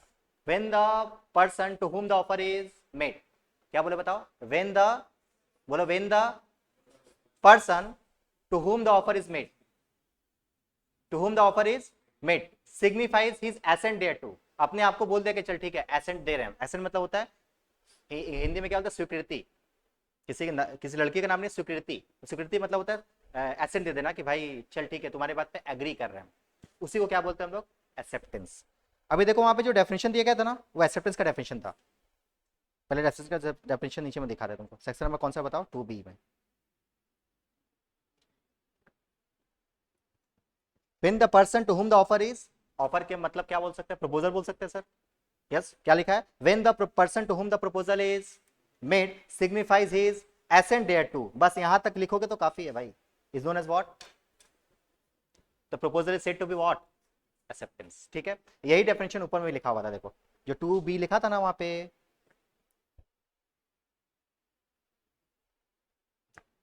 क्या लिखा है? When the person to whom the proposal is made signifies his assent thereto is proposal is said to be what? Accepted। तो ये 2B में दिया गया, बट प्रोमिसेस का डेफिनेशन कहां पे है? 2C में। तो क्या सभी को याद है क्या? 2A, 2B, 2C, 2E, 2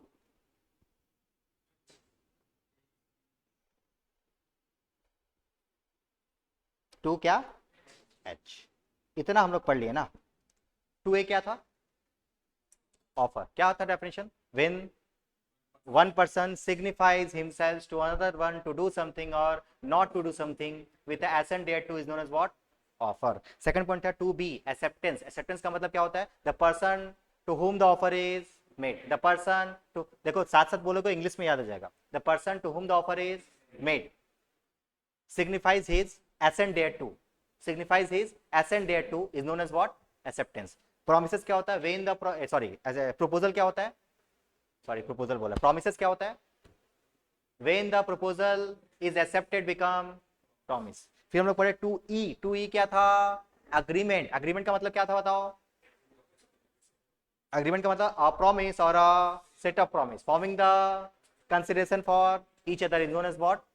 agreement. फिर 2H क्या था? Contract. And agreement enforceable by law is known as what? Contract. क्या अभी तक जितना पढ़ा है सब याद है? Yes sir. ये सब याद है तो मेरा एक क्वेश्चन का आंसर देना। कॉन्ट्रैक्ट और एग्रीमेंट का मतलब तुम्हारे माइंड में एकदम शायद क्लियर हो गया होगा। कॉन्ट्रैक्ट का मतलब होता है कि सर जिसको लीगली बाउंड कर सकते हैं उसे बोलते हैं क्या? कॉन्ट्रैक्ट। जिसको लीगली बाउंड नहीं कर सकते उसे बोलते हैं क्या? अग्रीमेंट। अब इसमें एक एग्जांपल था कि मान लीजिए अभी आप लोग क्लास 12 पास आउट होके आए हो, चाय एकदम बन गया कोल्ड कॉफी, भूल गए हम, ठीक है क्या पढ़ा रहे थे हम? हाँ, हम बोले थे क्या कि ऑफर।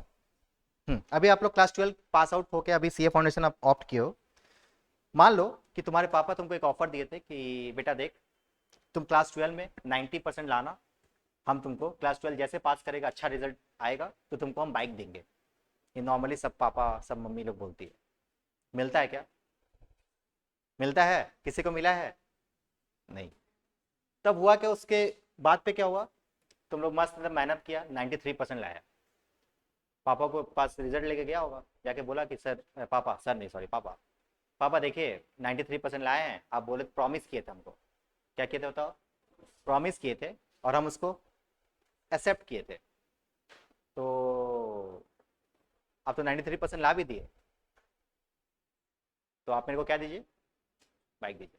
पापा देंगे क्या? देंगे तो कुछ और देंगे।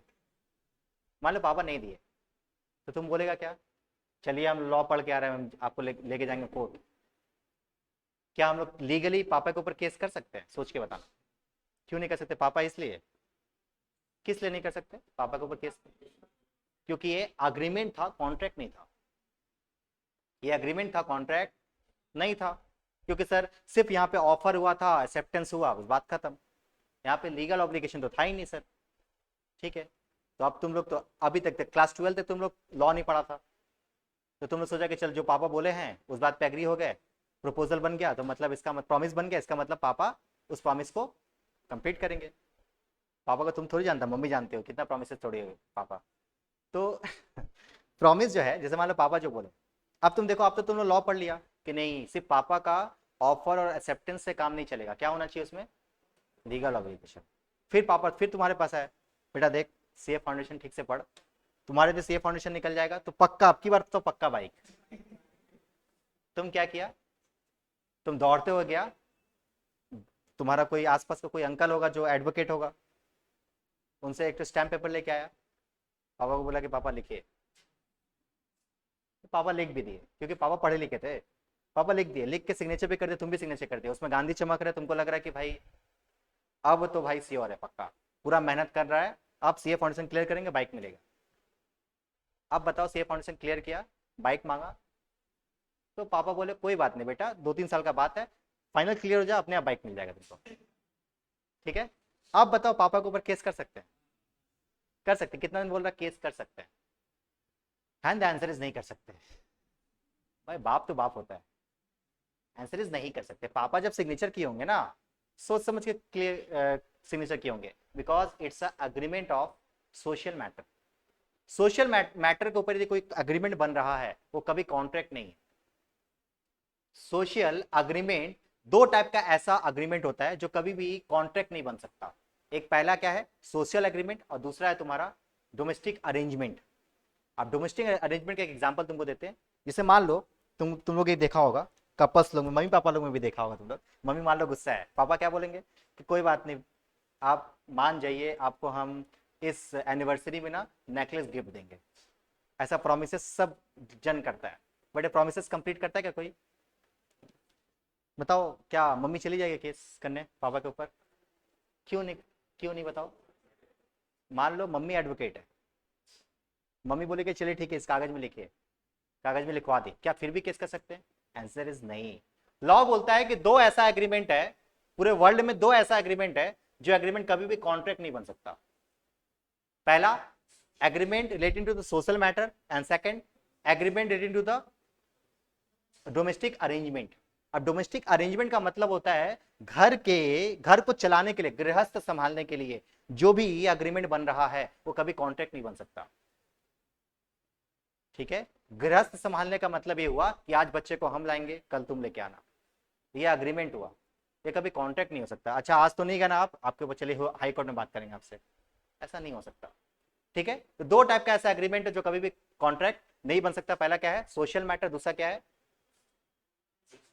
Domestic arrangement. सब चीज लिखा हुआ पढ़ाएंगे अभी। ठीक है, अभी देखो यहाँ पे दो सुंदर वर्ड से डेफिनेशन दिया। अच्छा दो भी तुमको हम एग्जांपल्स देंगे, तुमको सुनने में फनी लगेगा, बट आपके इंस्टीट्यूट के मैट में सारा एग्जांपल्स दिया हुआ है, और सारे एग्जांपल्स के ऊपर क्वेश्चंस आए हुआ। बता हाँ, क्या बोला, थोड़ा तेज सुनते हैं, फिर से बोले बात, किस मैटर के ऊपर, हाँ, बोल बोल बोल, सोच रहा है ऐसा, नहीं कर सकता, नहीं कर सकता। आइए यहाँ पे देखिए एग्जाम्पल क्या दिया आपको, एग्जाम्पल नंबर 1 देखो, पढ़ के देखो समझ में आया क्या, ऑलरेडी पढ़ा चुके हैं हम तुमको। बोले कि भैया ए बोला बी को कि तुम्हारा कार हम खरीद लेंगे, इतना रुपया दो, हम तुमको तुम्हारा कार खरीदने के लिए हम रेडी है। क्या ये रियल कॉन्ट्रैक्ट है, आंसर इज यस कॉन्ट्रैक्ट है।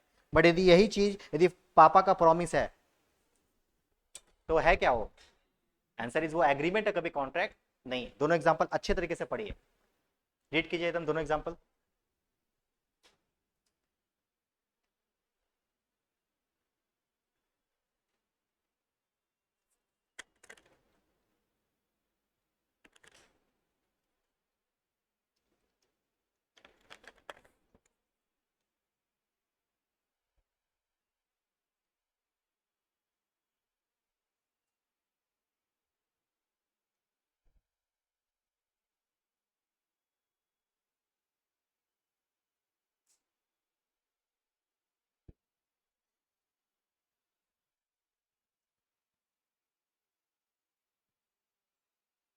आगे बढ़े।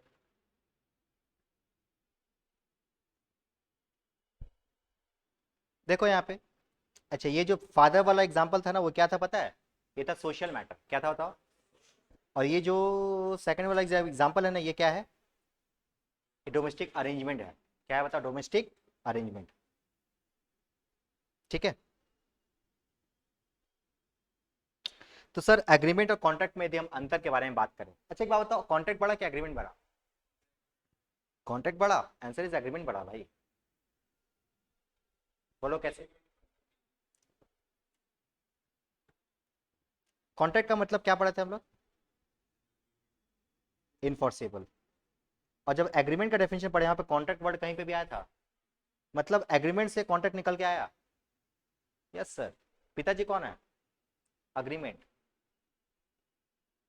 पिताजी कौन है? अग्रीमेंट है। अग्रीमेंट और कॉन्ट्रैक्ट में अंतर यदि हम बात करें, तो हम एक लाइन बोल रहे हैं, मेरे को बताना वो सही बोल रहे गलत बोल रहे हैं। हम लोग बोल रहे हैं all the agreements are contract, all the agreements are contract, but all the contracts are not agreement. Is it true और फॉल्स? Answer is false. भाई ठीक से सुन। All the agreements are contract but all the contracts are not agreement. Is this true और false? Answer is false. All the contracts are agreement, but all the agreements are not contract. Is true or false? Answer is true. फिर सुना क्या बताया हम? All the contracts are agreement. Yes sir, हर एक contract बिना agreement के कभी contract बन ही नहीं सकता। तो all the contracts are agreement, but all the agreements are not a contract. इसका मतलब कि सर यदि हम चार्ट में यदि आपको रेडी करें तो हम ऐसे लिख सकते हैं क्या? एग्रीमेंट, इससे दो एरो निकाले। सर इसमें लीगल ऑब्लिगेशन है, इसमें लीगल ऑब्लिगेशन नहीं है। यदि लीगल ऑब्लिगेशन है तो क्या है? ये कॉन्ट्रैक्ट है। और ये क्या है? अपने आप में सिर्फ एग्रीमेंट है। इसका मतलब कि सर हर एक कॉन्ट्रैक्ट एग्रीमेंट है, बट हर एक एग्रीमेंट कॉन्ट्रैक्ट नहीं है। इसके ऊपर क्वेश्चन पूछा है 4 मार्क्स का, आपके इंस्टीट्यूट के मैथ में भी है, पूछेगा ऐसे ही। All the contracts are agreement but all the agreements are not contract, explain. 4 marks. क्या लिखोगे इसमें? क्या लिखोगे सोचो। अरे भाई, मतलब तुमको पता है, आंसर भी तुमको पता है, क्या लिखोगे, कैसे लिखोगे? हाँ, दोनों का डेफिनेशन लिखना होगा, एकदम सही। और बताओ, फिर थर्ड पैराग्राफ में कुछ लिखोगे ना? हाँ, फिर थर्ड पैराग्राफ में अपने को लिखना होगा ना कि सर क्योंकि the agreement with a legal obligation become contract, agreement with a legal obligation become what? Contract. It means to formulate a contract there must be a two things. First is agreement and second thing is legal obligation. Therefore we can conclude that all the contracts are agreement but all the agreements are not a contract. खत्म। 4 marks. समझ के बात? Okay sir. अब दोनों में differences यदि हम बात करें बिना पढ़े मेरे को बताना, एग्रीमेंट और कॉन्ट्रैक्ट में क्या अंतर नजर आया तुमको? पहला, दोनों का डेफिनेशन। दूसरा, सेक्शन नंबर बता दो, सेक्शन नंबर। एग्रीमेंट कौन सा सेक्शन में डिफाइंड है? एग्रीमेंट 2E और कॉन्ट्रैक्ट 2H। उसके बाद सर थर्ड डिफरेंसेस बताओ। All the agreements are not a contract but all the contracts are agreement. Agreement includes legal as well as illegal. अच्छा हम तुमको बोले कि इसका मर्डर कर दे, क्या ये एग्रीमेंट है? ये एग्रीमेंट है बट ये कॉन्ट्रैक्ट नहीं है, बिकॉज यहाँ पे लीगल ऑब्लिगेशन नहीं है। तो कॉन्ट्रैक्ट तो नहीं बट ये एग्रीमेंट है क्या? हाँ एग्रीमेंट है। सुना रहा बात?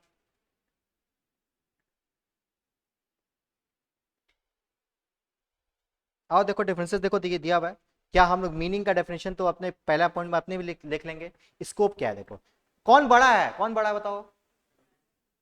कॉन्ट्रैक्ट। फिर कॉन्ट्रैक्ट भाई कौन बोल रहा है? कॉन्ट्रैक्ट कोई बोला अभी यहाँ पे? बोला तो जरूर। और ये क्या है? नैरो है। फिर हम लोग पढ़े legal obligation. It may not create, agreement में लीगल ऑब्लिगेशन का दरकार है क्या? नहीं, बट यहाँ पे नेसेसरली हमेशा जरूरी है, इसके बिना कभी कॉन्ट्रैक्ट क्रिएट ही नहीं हो सकता। और नेचर क्या हो सकता है? All the agreements are not contract but all the contracts are agreement. क्या डिफरेंसेस लिख लोगे अपने से?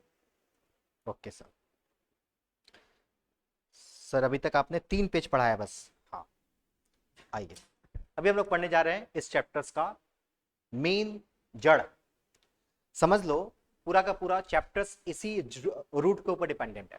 अभी हम लोग जितना चैप्टर आगे पढ़ेंगे ना, सब यही है, essential element of the valid contract. एक वैलिड कॉन्ट्रैक्ट के लिए, एक अच्छे कॉन्ट्रैक्ट के लिए उसके अंदर में क्या क्या एसेंशियल एलिमेंट्स मौजूद होने चाहिए, वो हम लोग यहाँ पे पढ़ने जा रहे हैं। कि मतलब किसी कॉन्ट्रैक्ट को हम लोग लीगल बोलेंगे, भैया ये कॉन्ट्रैक्ट क्या है, लीगल है कि इनलीगल है, ये कॉन्ट्रैक्ट वैलिड है कि वॉइड है, ये दोनों के ऊपर जो चर्चा होगा वो चर्चा इसके ऊपर होगा कि इसके अंदर में ये सब पॉइंट्स हैं कि नहीं, है कि नहीं। वही सब पॉइंट हम लोगों का दिया गया सेक्शन नंबर 10 में। सेक्शन नंबर कौन सा बताओ, 10 में। सेक्शन नंबर 10 में कुछ पॉइंट्स दिए गए और बोले गए कि भैया किसी कॉन्ट्रैक्ट में यदि ये सब पॉइंट हैं तो मान लेना कि वो कॉन्ट्रैक्ट वैलिड है, और इस पॉइंट में से किसी भी एक चीज को हटा दो तो कॉन्ट्रैक्ट वैलिड नहीं है। समझ के बाद, जैसे कि फॉर एग्जांपल पहला नंबर पॉइंट क्या बताया गया कि कोई भी कॉन्ट्रैक्ट में हमेशा क्या होना चाहिए सर, अग्रीमेंट होना चाहिए। क्या होना चाहिए बताओ, अग्रीमेंट होना चाहिए। इसका मतलब कि ऑलरेडी हम डिस्कस कर चुके हैं अग्रीमेंट का मतलब क्या होता है, क्योंकि बिना एग्रीमेंट का कोई कॉन्ट्रैक्ट क्रिएट हो सकता है क्या, आंसर इज नहीं। सेकंड क्या है बताओ, फ्री कंसेंट का मतलब कोई बताएगा, कंसेंट मतलब क्या होता है।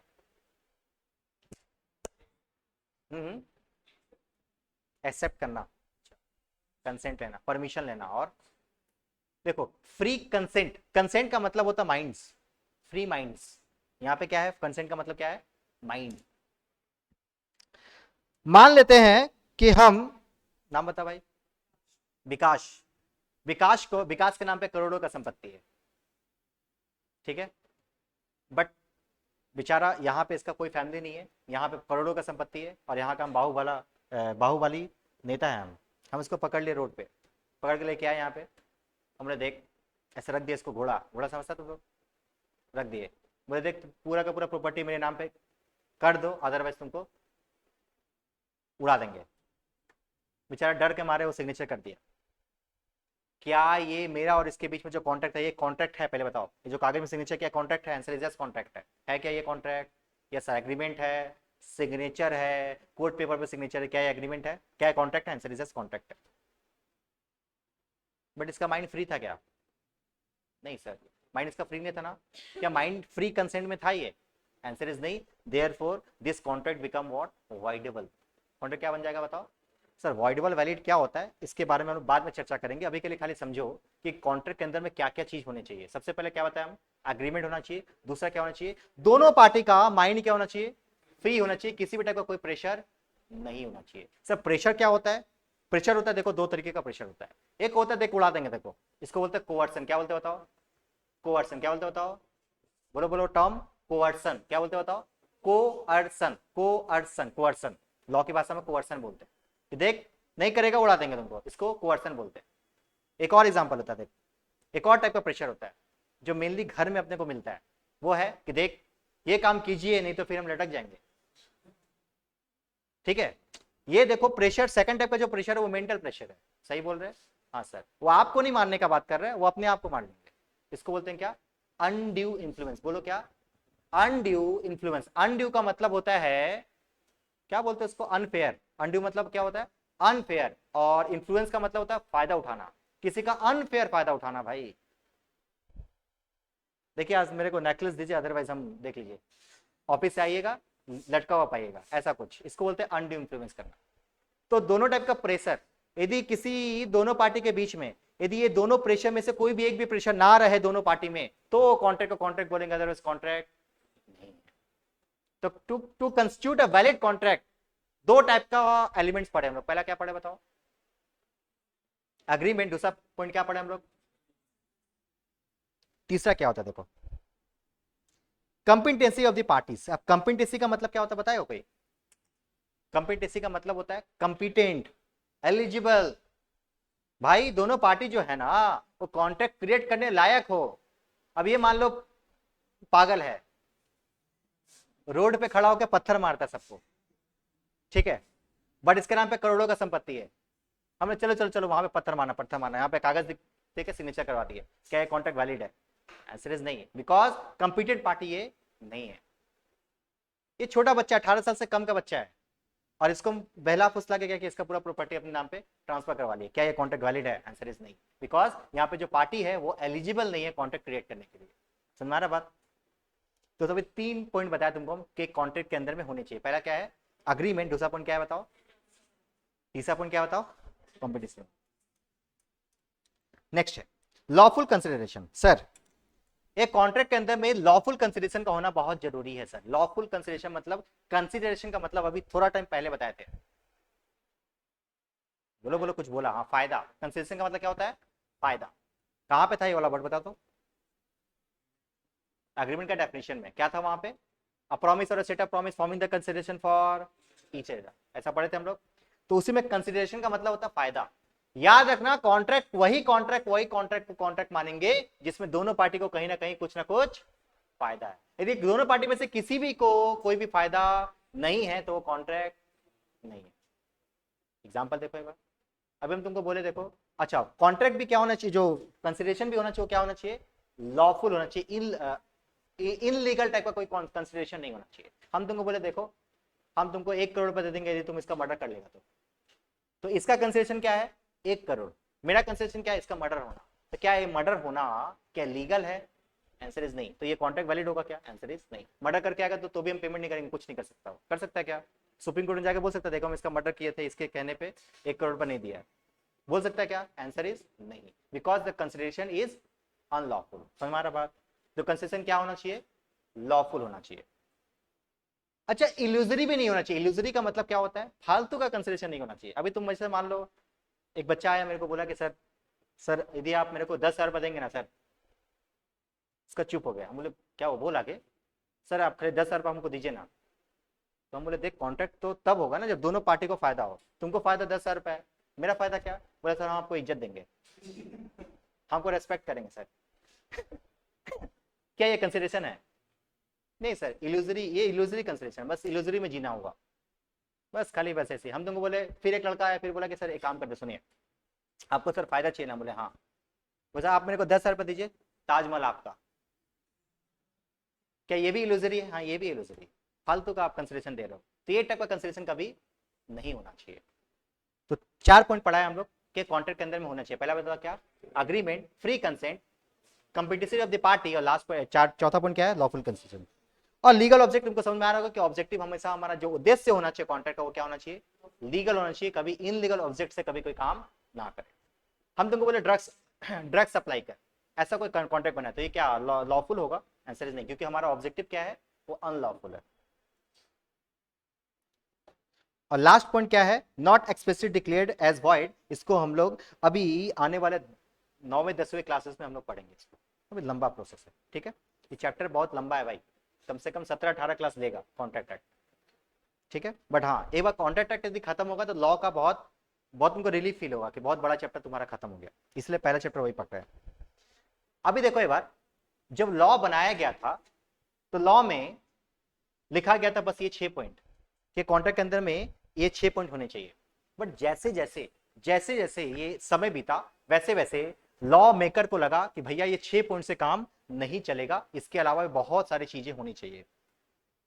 जिसमें सबसे पहला पॉइंट को डाला गया यहाँ पे, देखो क्या लिखा हुआ है, not given in the section number 10 में नहीं दिया गया, बट इसको भी हम लोग एसेंशियल एलिमेंट में मानते हैं।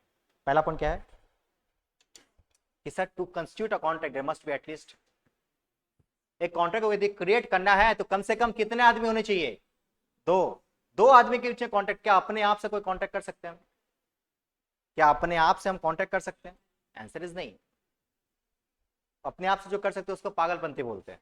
यदि हम अपने आप से बात करने लगे तो सोचो कितना खराब लगेगा, तुम लोग हमको सीरियस लेगा नहीं। मतलब to constitute a contract there must be at least 2 parties.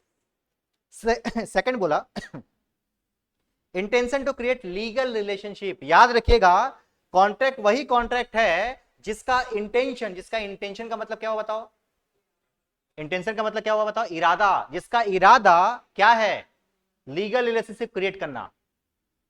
Legal relationship create करने का मतलब हुआ, जो पापा हमको बोल रहे थे ना कि तुमको हम बाइक देंगे यदि 12 पास करेगा, तो वहां पे intention to create legal relationship था ही नहीं, क्योंकि पापा और मेरा सोशल रिलेशनशिप है।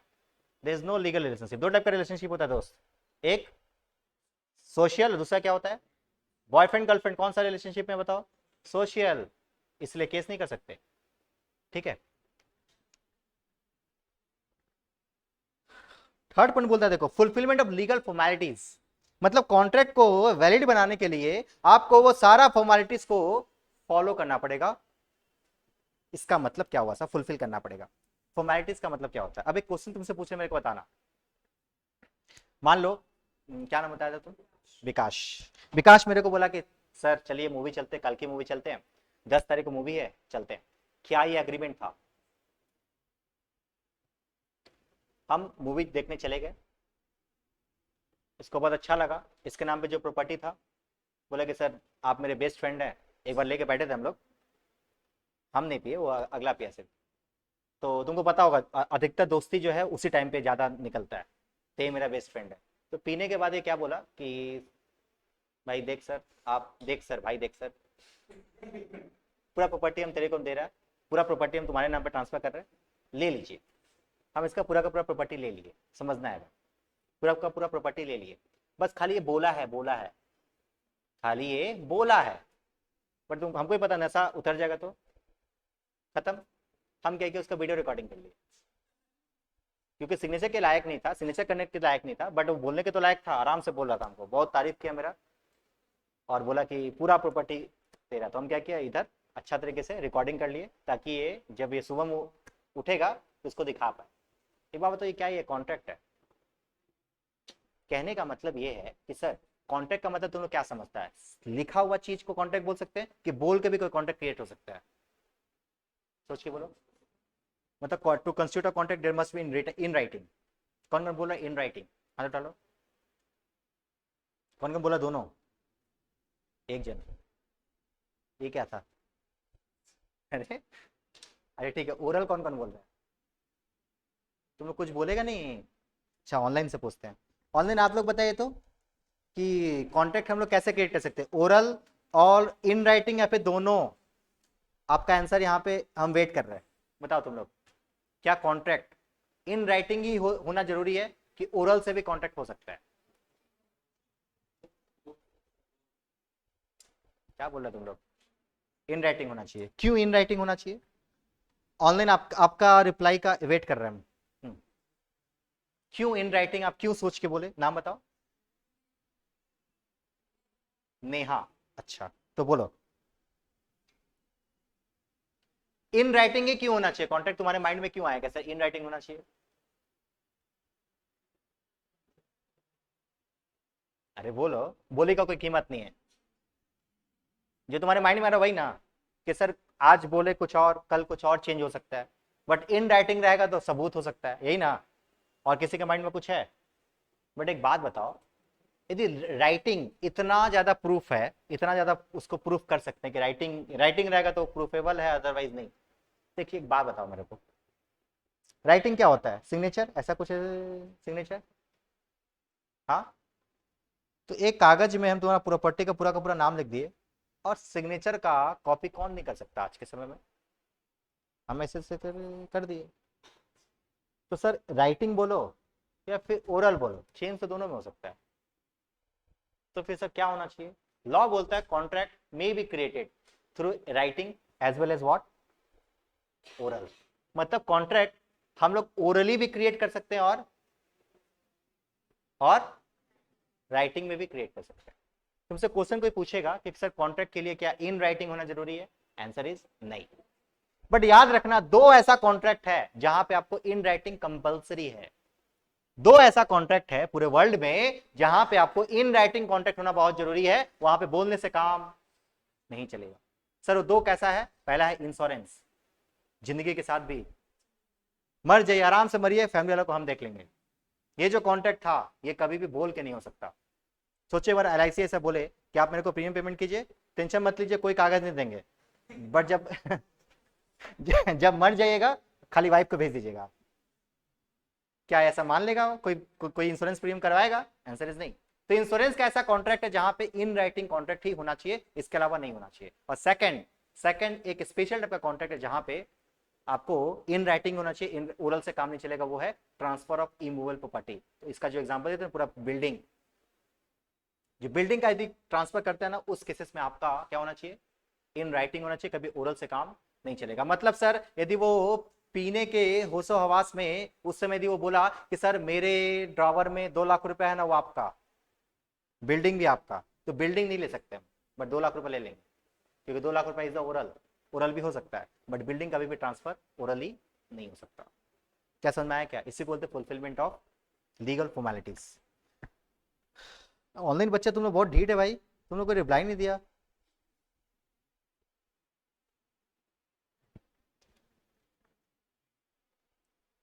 भगवान से थोड़ा डर हो।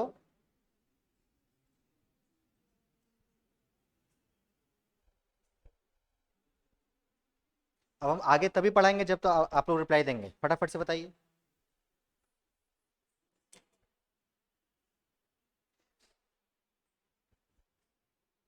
बहुत डीट है भाई, मजाक नहीं कर रहे हैं। ये लोग या तो सो गया है और या तो ऐसे ऐसे रख के सब वॉशरूम चला गया होगा।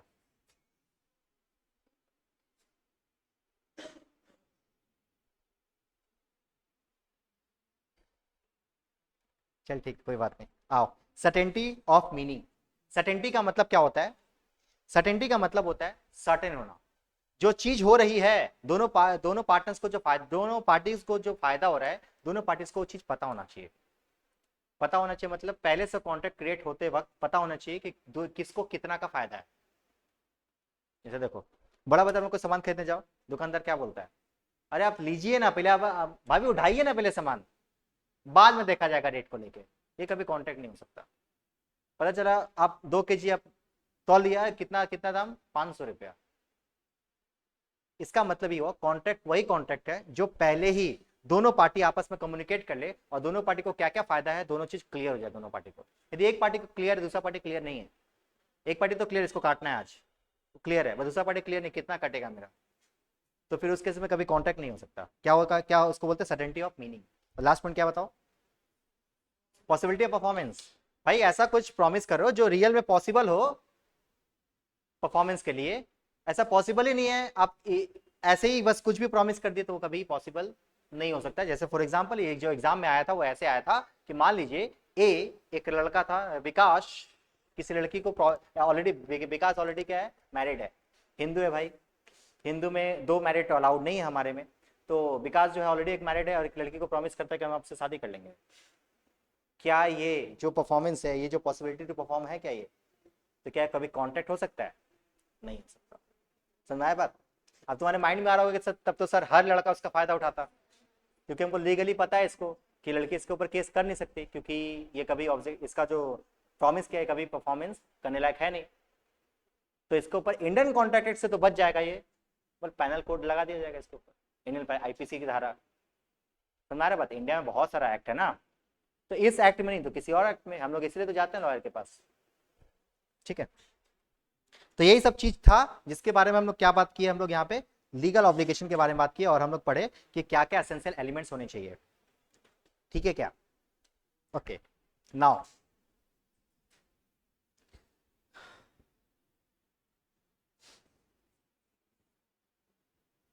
आइए, अब तुम लोग भाई ऑनलाइन तुम खाली डाउट पूछो, अब देख हम तुम बताते हैं तुम लोग खाली डाउट पूछो। तो अभी हम लोग जो ऊपर में पढ़े थे ना, बस उसी चीज को अब यहाँ पे एक्सप्लेन करके पढ़ेंगे। यहाँ पे ज्यादा तो पूरा कवर नहीं हो सकता, 2-3 पॉइंट हम लोग अभी कवर कर रहे हैं आज, समझ में आया बात। अभी हम लोग यहाँ पे सेक्शन नंबर 10 के अलावा ये जो पोर्शन है, ये पोर्शन हम लोग यहाँ पे कंप्लीट करने वाले हैं अभी। ठीक है, पहला क्या है, there must be at least 2 party. उसके पहले तुमको हम बता दे,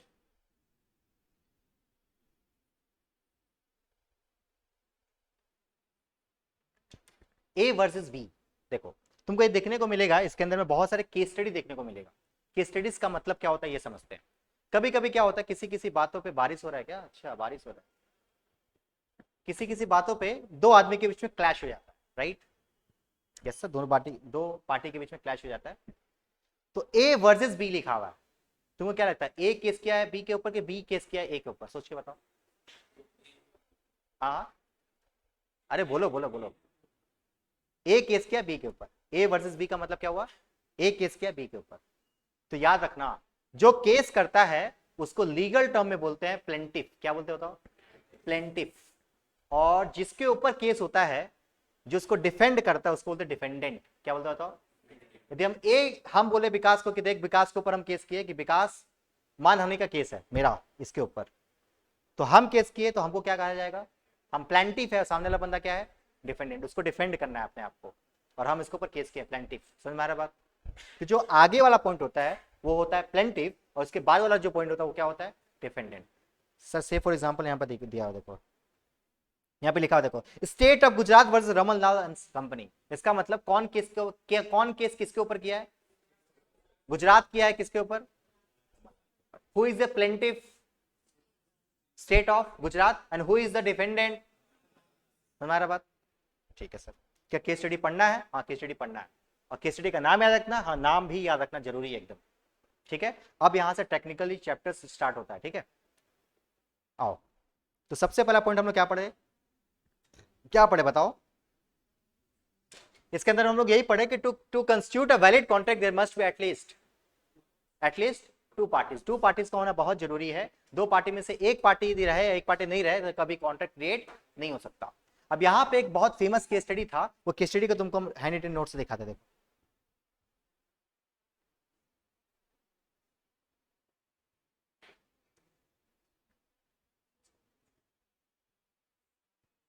क्या लिखा? देखो, contract involves at least two parties can be natural person भी हो सकता है, और सर आर्टिफिशियल पर्सन भी हो सकता है। सर नेचुरल पर्सन मतलब हम लोग जो पैदा हुए हैं, और जिसको बनाया गया है वो क्या है? Artificial person. जैसे कि कंपनी हुआ, उसको बनाया गया है, वो पैदा तो नहीं हुआ। Answer is yes. तो यहाँ पे जो केस है ना, यहाँ पे स्टेट ऑफ व्हाट? गुज्जू मतलब गुजरात, और उसके बाद क्या है?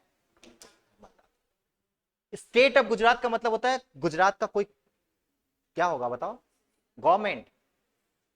गुजरात गवर्नमेंट केस किया किसी पर्टिकुलर बंदे के ऊपर। उसका नाम क्या था? रमन लाल एंड को। एक्चुअली कंपनी का नाम है। एक्चुअली केस स्टडी में हुआ क्या था समझते हैं। देखो, ये तीन तीन पार्टनर्स थे जो लोग पार्टनरशिप बिजनेस स्टार्ट किया। मस्त 4-5 साल बाद ये लोग क्या किया? डिसॉल्व किया बिजनेस को। पढ़े थे ना लोग अकाउंटेंसी में, dissolution of the partnership. Business को आप लोग बंद कर रहे हैं। अच्छा, बंद करते तो याद है एक अकाउंट खुलता था, रियलाइजेशन अकाउंट। वहां पे क्या करते हैं हम लोग? सारा एसेट्स एंड लायबिलिटी को बिक्री करके पैसा जो होता है रियलाइज करवाते हैं, पार्टनर्स को प्रोवाइड करते हैं। यही तो लोग क्या किया? पार्टनर्स को प्रोवाइड करता। उसी में क्या हुआ? जब फर्म को डिसॉल्व किया तो एसेट्स का बच जाता है। यदि कोई एसेट्स बच जाता है, याद है हम लोग बांटते थे पार्टनर्स में। अब मान लो 3 पार्टनर थे हम लोग मान लो यहाँ पे अब बिजनेस को बंद कर रहे, क्या हुआ? एसी हम लेके जाएंगे, प्रोजेक्टर ते लेके जाना, ऐसे बात होता है कि नहीं होता? फर्नीचर ते लेके जाना, ऐसे बात होता है? हाँ सर बात होता है।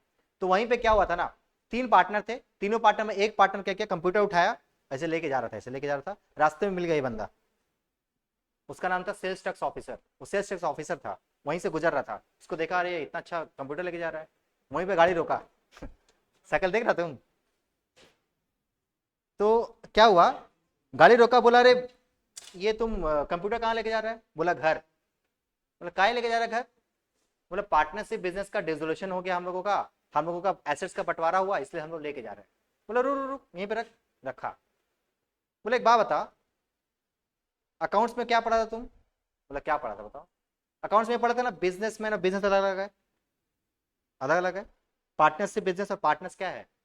अलग अलग है। अच्छा एक बात बताओ, तुम इसका एसेट लेके जा रहा, चल ना? यदि आप इसका एसेट लेके जा रहे हो तो कहीं ना कहीं ये आपका बिजनेस आपको ये कंप्यूटर बेचा है, and to be a sales tax officer tax दो। गलत बोल रहा वो? नहीं, वो अपनी जगह पे सही है। किसे 2 बंदा है, ये बंदा कंप्यूटर इसको बेचा है, इसका मतलब सेल्स के ऊपर टैक्स लगाएगा वो, तो सेल्स टैक्स ऑफिसर बोला टैक्स दो। तो सेल्स टैक्स ऑफिसर रमन लाल था जो कंप्यूटर लेके जा रहा था, उसको पकड़ के बोला भाई सुन, क्या करना तुमको टैक्स देना। क्या देना बताओ? टैक्स देना तुम्हारे सेल पे।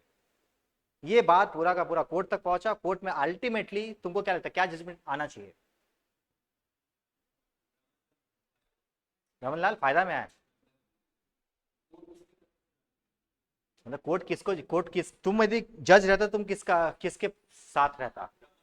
रमन लाल के साथ रहता। क्या बोलता तुम? हाँ हाँ। कोर्ट भी बोला कि भैया देखिए, रमन लाल एंड को मतलब कंपनी दोनों क्या है? सेम है। And to constitute a contract there must be at least two parties. There is no two party है ही नहीं। रमन लाल और उसका कंपनी दोनों क्या है? सेम है। याद है पार्टनरशिप में हम लोग पढ़ते थे अनलिमिटेड लायबिलिटी। तो जब अनलिमिटेड लायबिलिटी होगा तो दोनों अलग अलग कैसे हुआ सर? जब दोनों अलग अलग कैसे हुआ? जब अलग अलग नहीं हुआ तो हम अपने आप में कोई सामान, अपना सामान एक रूम से दूसरे रूम लेके जा रहे हैं, तो सेल्स टैक्स ऑफिसर किस बात का टैक्स लेगा? पापा मेरे को पैसा दिए तो गवर्नमेंट टैक्स लेगा हमसे, देख तेरा इनकम हुआ है टैक्स दे, ऐसा हो सकता है क्या? नहीं। तो ये चीज हुआ लॉ में भी, देखो क्या हुआ। Sales tax officer demand, sales tax officer क्या किया, डिमांड किया टैक्स का, और ऐसा इसका हेल्ड मतलब क्या होता है, अल्टीमेटली जजमेंट किया या क्या है बताइए, there is no transaction because to constitute a transaction there must be at least to party, बस there is only one party. देखो क्या लिखा हुआ है, state of Gujarat versus Ramanlal S and company क्या बोला है, when a dissolution of the partnership the assets of the firm were divided among the partners the sales tax officer wanted to tax this transaction, इस transaction में tax मांगना चाह रहा था। Sir it was held that it was not a sale, the partners being joint owner of those assets cannot be both buyer and seller, एक ही बंदा buyer भी और सेलर, क्लियर है क्या? एकदम क्लियर, ठीक है सर। नेक्स्ट पॉइंट, अभी हम लोग पहला पॉइंट हम लोग कर लिए,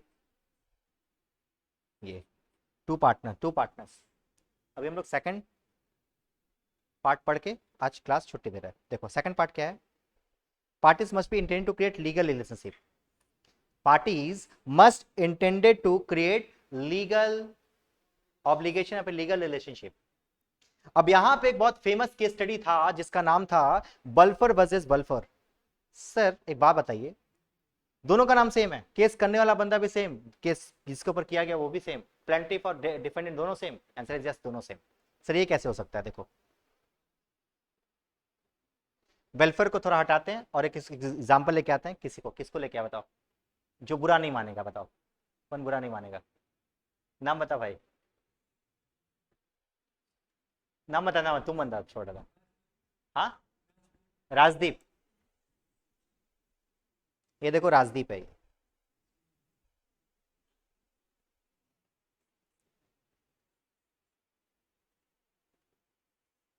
ये इसकी वाइफ है राजदीप्ति, ठीक है। हुआ क्या, राजदीप और राजदीप्ति दोनों जन कोलकाता में भी रह रहा था। हुआ क्या, एक बार इसका जॉब लग गया मुंबई में, राजदीप को अब जाना होगा, गया, राजदीप्ति को बोल के गया, सुन हम तुमको प्रॉमिस करते हैं कि मुंबई में तो हम जा रहे हैं, जो भी कमाएंगे उससे कुछ पैसा तुमको क्या करेंगे, एज अ मेंटेनेंस तुमको पेमेंट करेंगे ताकि तुम अपना लाइफ काट पाओ, और जैसे सेटल हो जाएंगे मुंबई में तुमको हम बुला लेंगे। ऐसा होता है? यस सर होता है। क्या कर रहा था ये, इसका 1 लाख रुपए का महीना था, 50,000 रुपीज इसको यहाँ पर ट्रांसफर कर दे रहा था, ऑनेस्ट हस्बैंड है ये। हाँ सर, अब हुआ क्या देखो, ये 6-7 महीना बीत चुका, राजदीप्ति, हाँ, नाम बता भाई, क्या नाम है, नाम बता,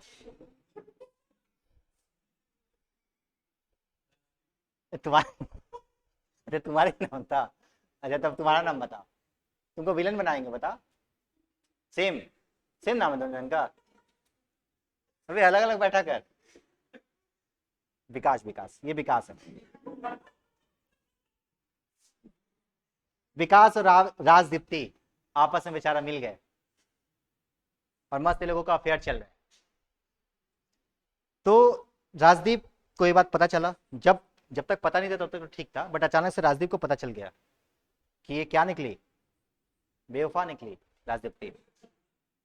अब बात यहाँ पे ये है कि राजदीप, तुम यदि राजदीप तुमसे पूछ रहे भाई, अब तुम क्या लगेगा, तुमको क्या लग रहा है कि अब तुम जैसे तुमको पता चला कि ऐसा कुछ हुआ है कि तुमको धोखा दे रही है, तो ये जो 50 रुपये जो तुम भेज रहा था तुम इसको डबल कर देगा ताकि 2 जन का खर्चा निकल जाएगा, ऐसा किसी 50 रुपये भी बंद कर देगा, बंद कर देगा तो डाइवोर्स में फाइल कर देगा, तो ऑब्वियसली इसका मतलब ये तुम ये 50 रुपये देने के लिए बंद कर दिया, डबल नहीं करेगा ना, पक्का देख लेना क्योंकि 2 जन का खर्चा हो जाएगा ना, तो 50 रुपये देने के लिए बंद कर दिया।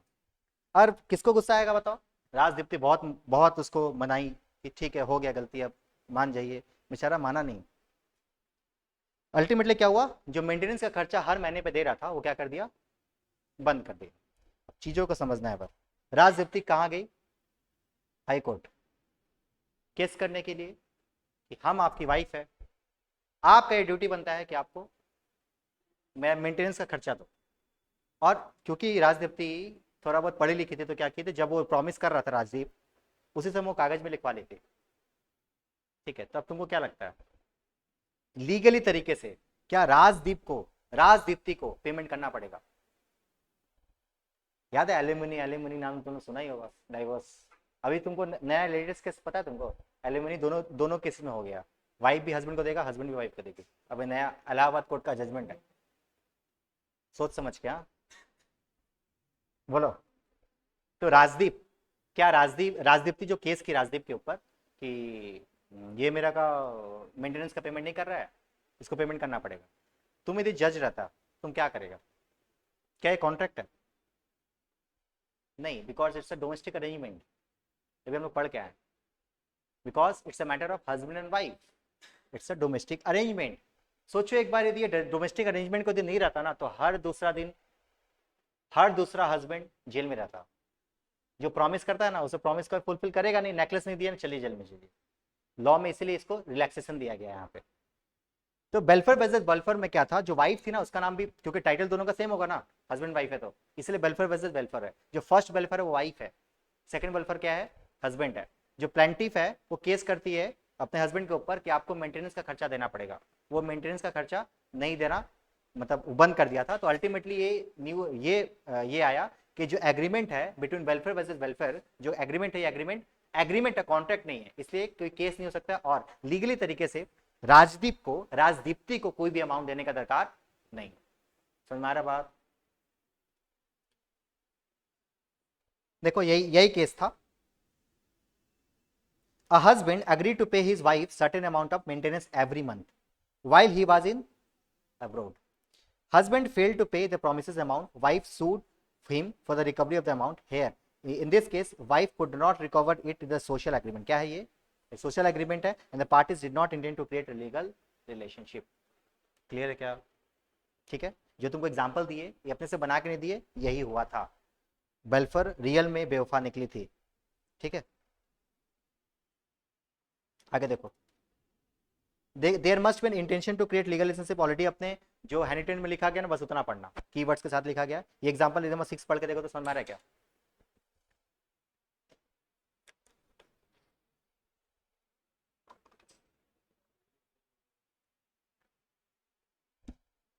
ऑलरेडी समझा चुके हैं हम, आगे बढ़े। ये देखो तो,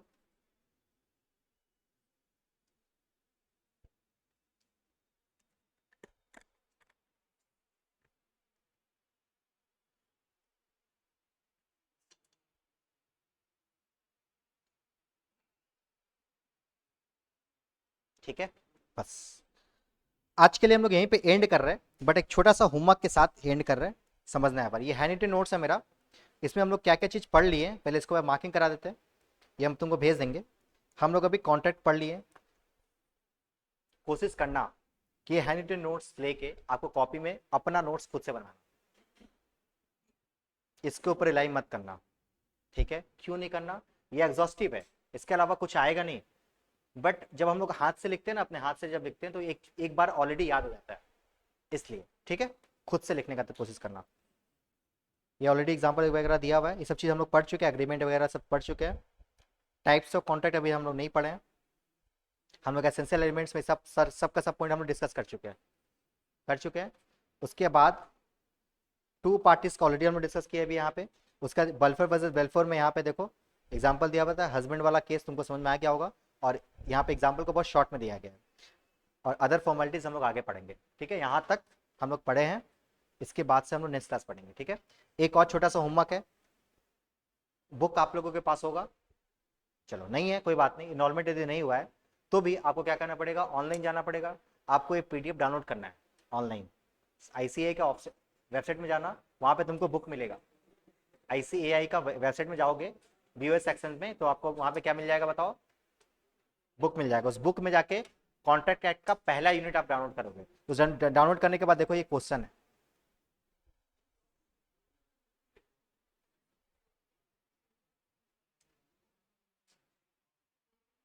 पहला क्वेश्चन आप लोगों का होमवर्क है।